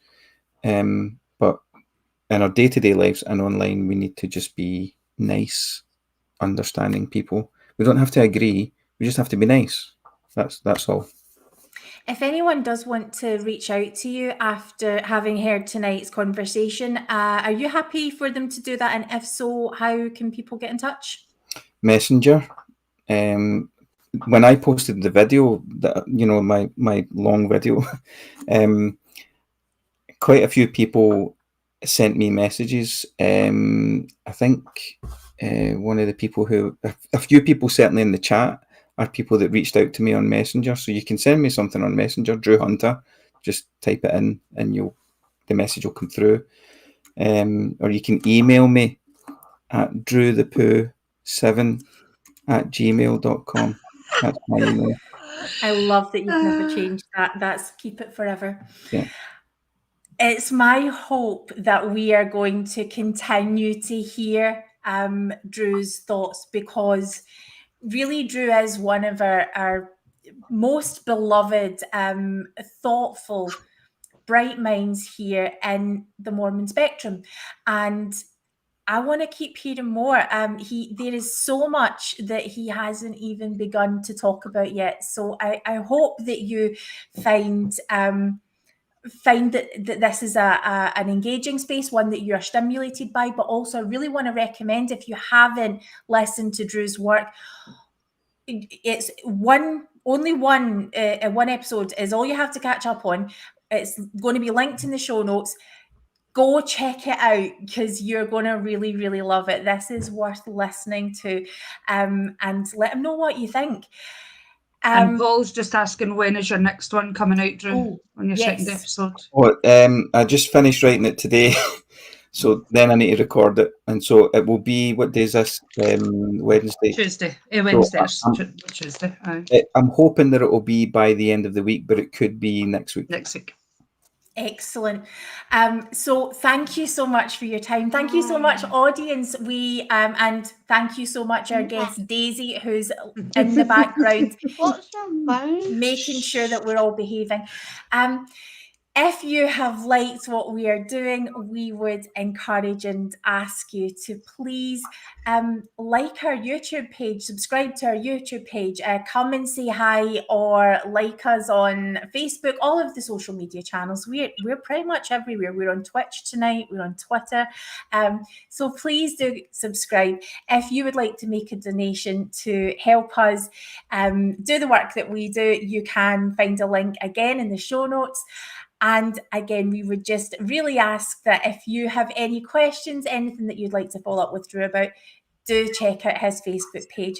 And we will see you all next week. You'll be safe and we bless all your journeys. Bye, everyone. Bye. Thank you. See you later.